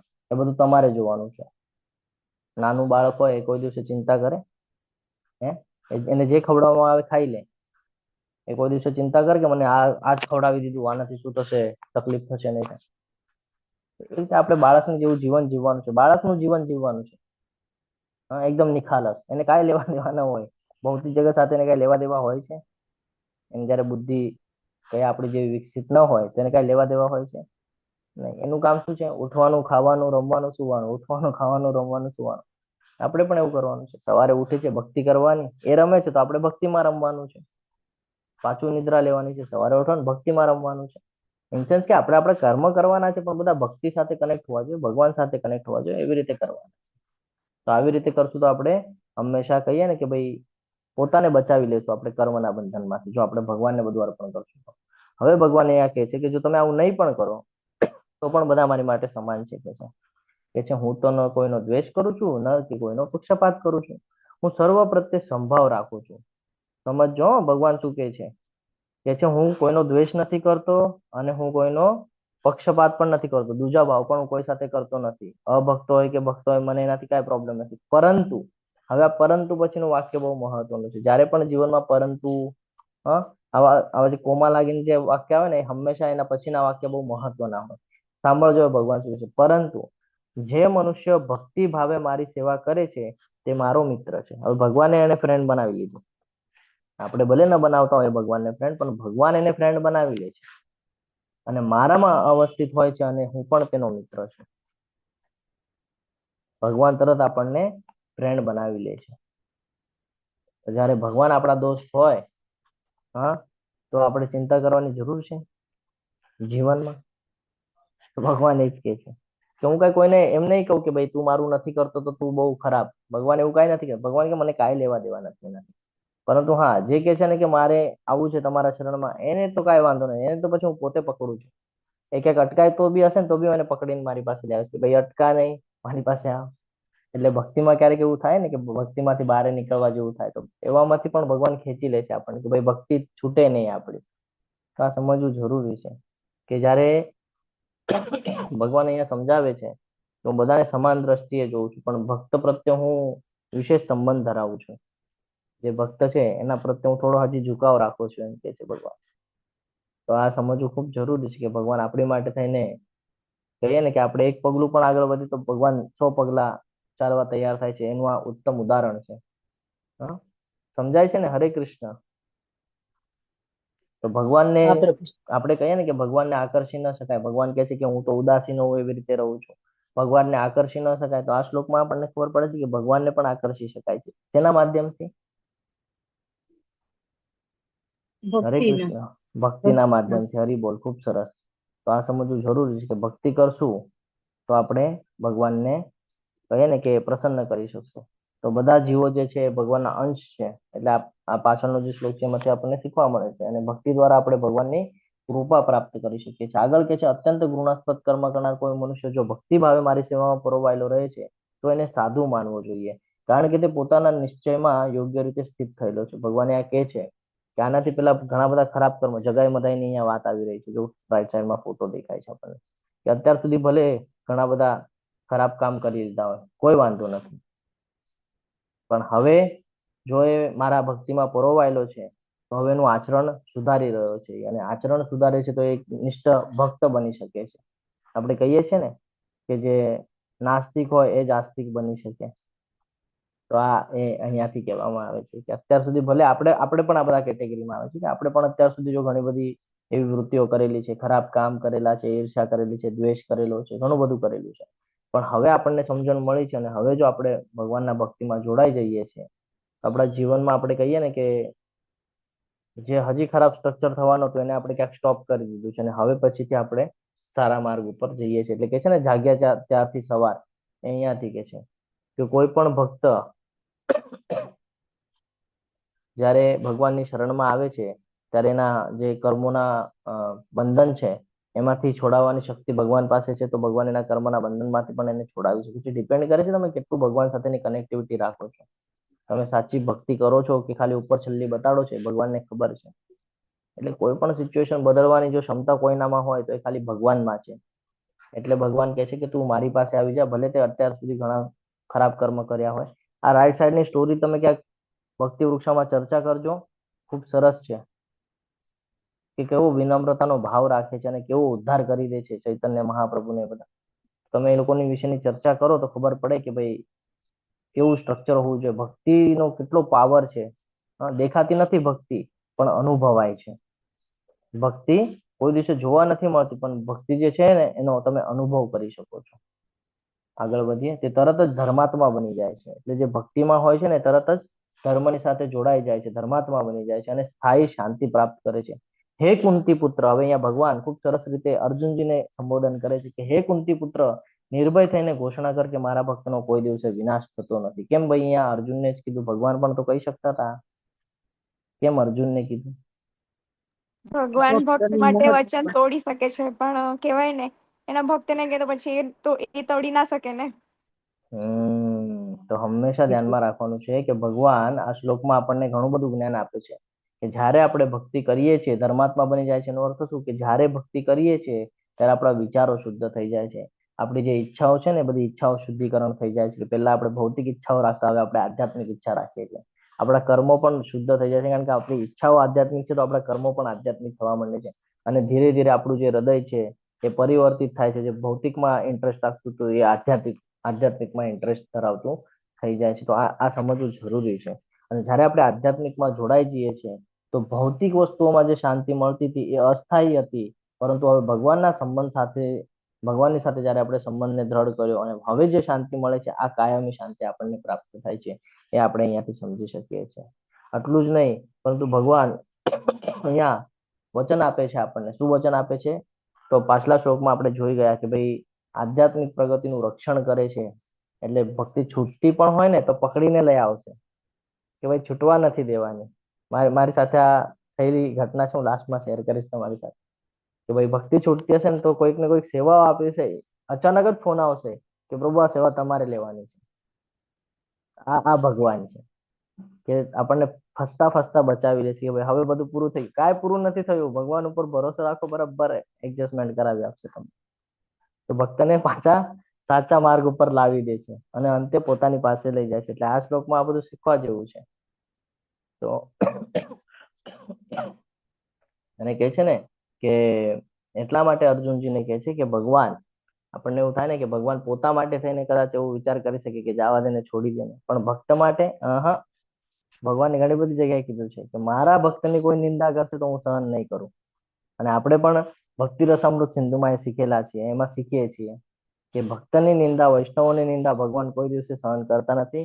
અમરીશ મહારાજની કથા આપણને બધાને ખબર છે કે દુર્વાસા જેવા ઋષિ જ્યારે એની નિંદા કરી લે છે, એની સાથે ક્રોધ વાળો વ્યવહાર કરે છે તો સુદર્શન ચક્ર છૂટી જાય છે. જ્યારે ભાગતા ભાગતા જાય છે બ્રહ્માજી પાસે, બ્રહ્માજી કહે છે આ હથિયાર જ મારું નથી તો હું આમાં કાંઈ ન બોલી શકું. તો શિવજી પાસે જાય છે. શિવજી કે આમાં આપણું કઈ કામ ન ચાલે, આ વિષ્ણુનું ઓલું છે, તમે વિષ્ણુ પાસે જાઓ. ત્યાં જાય છે તો કે છે ભાઈ આ વિધિનું વિધાન છે, તમે જે ભૂલ કરી છે એની માફી માંગો ને સામેવાળી વ્યક્તિ તમને જો માફ કરી દે તો આનાથી તમે બચી શકો, બાકી હું કાંઈ ન કરી શકું. પછી એમને ખબર પડશે, જાય છે અમરીશ મહારાજના પગે પડે છે અને પછી કહે છે મને માફ કરી દો. ત્યાં પાછો ભાવ જોવા જેવો છે અમરીશ મહારાજનો, કે અમરીશ મહારાજ એને માફ પણ કરી દે છે. આ વૈષ્ણવ છે. એટલે આપણાથી પણ જયારે ક્યારેક એવું થાય કે વૈષ્ણવની કોઈ દિવસે નિંદા થઈ જાય, ઈર્ષા થઈ જાય, તો આપણે વિનમ્રતા પૂર્વક એમની પાસે જઈને એમની માફી માંગી લેવી જોઈએ કે મારાથી એક જાણતા અજાણતા કઈક ભૂલ થઈ ગઈ હોય તો તમે મને કૃપા કરીને માફ કરી દેજો. એના લીધે મારી ભક્તિ ન અટકાય. આ ભક્તિના અવરોધના રીઝન છે આ બધા, કે આપણી ભક્તિ શું કામ અટકાય છે? આવી કઈક ભૂલ થઈ ગઈ હોય છે, એના લીધે આપણી ભક્તિઓ અટકાય છે. એટલે ભગવાન અર્જુનજી દ્વારા એ સંબોધન કરાશે કે તું કહી દે ને એકવાર, તું મારો ભક્ત છે, મિત્ર છે, તારું તો હું કોઈ દિવસે વચન પડવા નહીં દઉં, તું કહી દે ખાલી એકવાર. ત્યારે કે ભગવાને કીધેલું હું શસ્ત્ર નહીં ઉપાડું. પણ ભગવાને, જો તમે આખું મહાભારત સાંભળો તો તમને ખબર પડે કે ભગવાને જે કીધેલું ને, ભગવાને કેટલી વાર એના નિયમોને બ્રેક કરી નાખ્યો છે. તો હંમેશા ધ્યાનમાં રાખવાનું છે જીવનના અંદર પણ આપણે પણ આપણા અમુક નિયમો બનાવેલા હોય, આ નિયમોનો બ્રેક કરવો સમય વ્યાજબી છે. આ સમજવું જોઈએ. ભક્તિ માટે જયારે અવરોધ થતો હોય ત્યારે અમુક નિયમોને છોડી દેવા એ વ્યાજબી છે. અહીંયાથી સમજાય છે આપણને કે જેના લીધે ભક્તિમાં આપણું પતન ન થાય. આગળ વધીએ. હે પાર્થ, જે મનુષ્ય મારું શરણ ગ્રહણ કરે છે તે ભલે પછી નિમ્ન યોનિમાં જન્મેલા સ્ત્રીઓ, વૈશ્યો, વેપારી તથા શુદ્રો, શ્રમિક હોય તો પણ તેઓ પરમ ગતિને પ્રાપ્ત કરે છે. કયા પણ શ્રેણીમાં રહેવા દે, કયા પણ, એ અજ્ઞાન પણ રહેવા દો, કયા પણ શ્રેણીમાં રહેવા દો, પણ જ્યારે એ ઈચ્છા વ્યક્ત કરે છે કે ભાઈ મારે ભગવાનનું શરણ લેવું છે, ત્યારે ધીરે ધીરે ઉન્નત થઈ જાય છે. ભગવાન માટે કોઈ એવું વ્યવસ્થા નથી બનાવી આપી કે ભાઈ બ્રાહ્મણો જ ભગવાનની સેવા કરી શકે. નહીં, ક્ષત્રિય પણ કરી શકે છે, વૈશ્ય પણ કરી શકે છે, શુદ્ર પણ કરી શકે છે. All over, open for all, બધા માટે. સ્ત્રી હોય, પુરુષ હોય, કોઈ પણ હોય, બધા માટે ઓપન છે. કોઈ પણ નાનું બાળક હોય, વૃદ્ધ હોય, બધા માટે કોઈ પણ કરી શકે છે. એની માટે તમારે તમારી જાતિ વ્યવસ્થા જોવાની જરૂરત નથી, તમારી પાસે જ્ઞાન છે કે નહીં જોવાની જરૂરત નથી, કાંઈ જોવાની જરૂરત નથી. જો તમને ભગવાનનું શરણ લેવું છે તો તમે કયા પણ યોનિમાં, યોનિ મેટર નથી કરતી. કઈ સ્થિતિ છે સ્થિતિ મેટર નથી કરતી. તમે ગરીબ છો, અમીર છો, મેટર નથી કરતું. ભગવાનનું શરણ લે છે ને એ મેટર કરે છે. તો પછી ધર્માત્માઓ, બ્રાહ્મણો, ભક્તો તથા રાજર્ષિઓ વિશે શું કહેવાનું? માટે આ ક્ષણિક દુઃખમય જગતમાં જન્મીને મારી પ્રેમમય સેવામાં પરોવી દે. એટલે કે કહે છે કે ભાઈ તું અહીંયા જન્મ પણ લીધો છે ને, તો હવે તું મારી સેવામાં આવી જા, તું આનાથી બચાવી શકે છે પોતાને. તો અહીંયા સમજાવે છે કે બ્રાહ્મણો હોય, ભક્તો હોય, રાજર્ષિઓ, એ તો ઓલરેડી ટોપ લેવલ પર હોય છે, હે ને? તો એવું નથી સમજવાનું કે ખાલી બ્રાહ્મણોને કીધું છે કે ભાઈ ભગવાનની ભક્તિ કરવાની છે. ખાલી બ્રાહ્મણો માટે નથી, આ બધા માટે છે. અયોગ્ય વર્ગો પણ કૃષ્ણને તેમની દયાથી પ્રાપ્ત કરે છે. વિવિધ વર્ગોમાં કોઈ તફાવત નથી. આ શ્લોકે પ્રસ્થાપિત કરે છે કે ભક્તિ સેવામાં જીવનની ભૌતિક કલ્પનાની સામે ઉચ્ચ અને નીચલા વર્ગોની વચ્ચે કોઈ તફાવત નથી. ગ્રંથરાજ શ્રીમદ ભાગવતમ 2.5.18 ની અંદર કીધેલું છે. અને આગળ એક છે કે ભક્તિ સેવા અને શુદ્ધ ભક્તોની શક્તિ, એ આ શ્લોકની અંદર સૂચવેલું છે. એકચુઅલી શુદ્ધ ભક્તિનો આશ્રય લેનાર સૌથી સરળ માણસ યોગ્ય માર્ગદર્શન દ્વારા શુદ્ધ થઈ શકે છે. શું કે છે? શુદ્ધ ભક્તનો આશ્રય લેનાર સૌથી સરળ માણસ યોગ્ય માર્ગદર્શન દ્વારા શુદ્ધ થઈ શકે છે. સૌથી અધમ ચાંડાળ હોય તો પણ. જગાઈ મધાઈ વાળી કથા, પછી ઓલી ડ્રુગારીની કથા, નારદજી એમને મળ્યા જંગલમાં, એને કહે છે તું આદમું શું કામ મારે છે? કે મને બહુ આનંદ થાય છે. તો કે આ તને આનંદ થાય છે, પણ આનું કર્મનું બંધન લાગશે તને અને તારું નુકસાન થઈ જશે. અને પછી જયારે જ્ઞાન થાય છે કે મારાથી બહુ મોટો અપરાધ થઈ ગયો છે, પાપ થઈ ગયું છે, તો હવે હું આમાંથી કેવી રીતે પોતાને બચાવું? તો કે છે ભગવાનનું શરણ લઈ લે. જો તમે કેટલી પણ કઈ પણ કથા લેશો ને તો એમાં તમને એક વાત સમજમાં આવશે કે જ્યારે જ્યારે સિચ્યુએશન, પરિસ્થિતિ જ્યારે વિપરીત જાય છે અને ભગવાનનું શરણ લે છે તો અવશ્ય એને એનો લાભ થાય છે. કઈ પણ કથા લઈ લો તમે, તો નુગારીની સાથે પણ એવું થાય છે કે જ્યારે ભગવાનનું સ્મરણ ચાલુ કરે છે તો જે અભક્ત હતો, જે અધર્મી હતો, જે પાપી હતો, જેની પ્રવૃત્તિઓ ખરાબ હતી, એ ધીરે ધીરે શુદ્ધ થઈ ગઈ અને ભગવાનમાં એનું કહીએ ને કે ભાઈ મન લાગવા માંડ્યું, હૃદય શુદ્ધ થઈ ગયું અને પોતાનું પતન થતા પોતાને બચાવી શક્યો. તો આશ્રયનું બહુ મહત્વ છે. કૃષ્ણનો સંપૂર્ણ આશ્રય લેવો પડે તો પછી વ્યક્તિ મહાન જ્ઞાનીઓ અને યોગ્યો કરતા પણ મોટી થઈ શકે છે. શુદ્ધ ભક્તો નીચલા વર્ગના લોકોને સર્વોચ્ચ પૂર્ણતા પ્રાપ્ત કરવા માટે સક્ષમ કરી શકે છે. શુદ્ધ ભક્તો શું કામ હોવા જોઈએ જીવનની અંદર? તો કે નીચલા વર્ગના એટલે કે જેની પાસે આ જ્ઞાન નથી. અહીંયા કોઈ ભેદભાવ નથી બતાડવામાં આવ્યો, પણ અહીંયા જેની પાસે જ્ઞાન નથી એવા લોકોને જ્ઞાન પ્રાપ્ત કરાવી શકે છે. હવે આપણા હિસાબથી જોવા જઈએ તો આપણને એમ લાગે ને કે બ્રાહ્મણ બહુ શ્રેષ્ઠ, બ્રાહ્મણ બહુ શ્રેષ્ઠ. બ્રાહ્મણથી ઉપરની એક કેટેગરી છે વૈષ્ણવની. તો આ બ્રાહ્મણોથી પણ ઉપર વૈષ્ણવ છે. કે બ્રાહ્મણો હજી કર્મકાંડની વિધિઓ તરફ જઈ શકે છે, પણ વૈષ્ણવો છે એ સીધા ભગવાન સાથે કનેક્ટિવિટીમાં હોય છે. એટલે આ સમજવું જરૂરી છે. અને આની માટે જો અહીંયા અલગ અલગ માધ્યમો કીધા છે, દાખલા તરીકે મહિલા હોય છે શૂદ્ર. સૌથી મહત્વનો શ્લોક અને છેલ્લો શ્લોક અધ્યાયનો ભગવાન કહે છે કે જો તને જીવનમાં કાંઈ સમજાય નહીં, જો કન્ફ્યુઝન થતું હોય તો કાંઈ જ ચિંતા કરવાની જરૂર નથી. ભૌતિક જગત શું છે, આધ્યાત્મિક શું, કાંઈ નથી સમજાતું ને, ભગવાન ને દેવી દેવતા ને કાંઈ નથી, બધું છોડી દે માઇન્ડમાંથી. શું કર? મન મના ભવમત ભક્તો મધ્યાજી મામ નમસ્કુરુ. તો શું થશે? મામે વૈશ્યેષી યુક્તેત્વ આત્મના આત્મપરાયણ. ભગવાન કહે છે મને પ્રાપ્ત કરી શકીશ ક્યારે? જ્યારે તું તારા મનમાં મારું ચિંતન કરીશ. ત્યારે શું થશે? તો કે મારું ચિંતન કરીશ તો તું મારો ભક્ત થઈશ, મને નમસ્કાર કરીશ તો મારી પૂજા કરીશ, અને એ રીતે તું સંપૂર્ણ રીતે મારામાં તન્મય થઈશ, અને આવી રીતે તું નક્કી મને પ્રાપ્ત કરી શકે છે.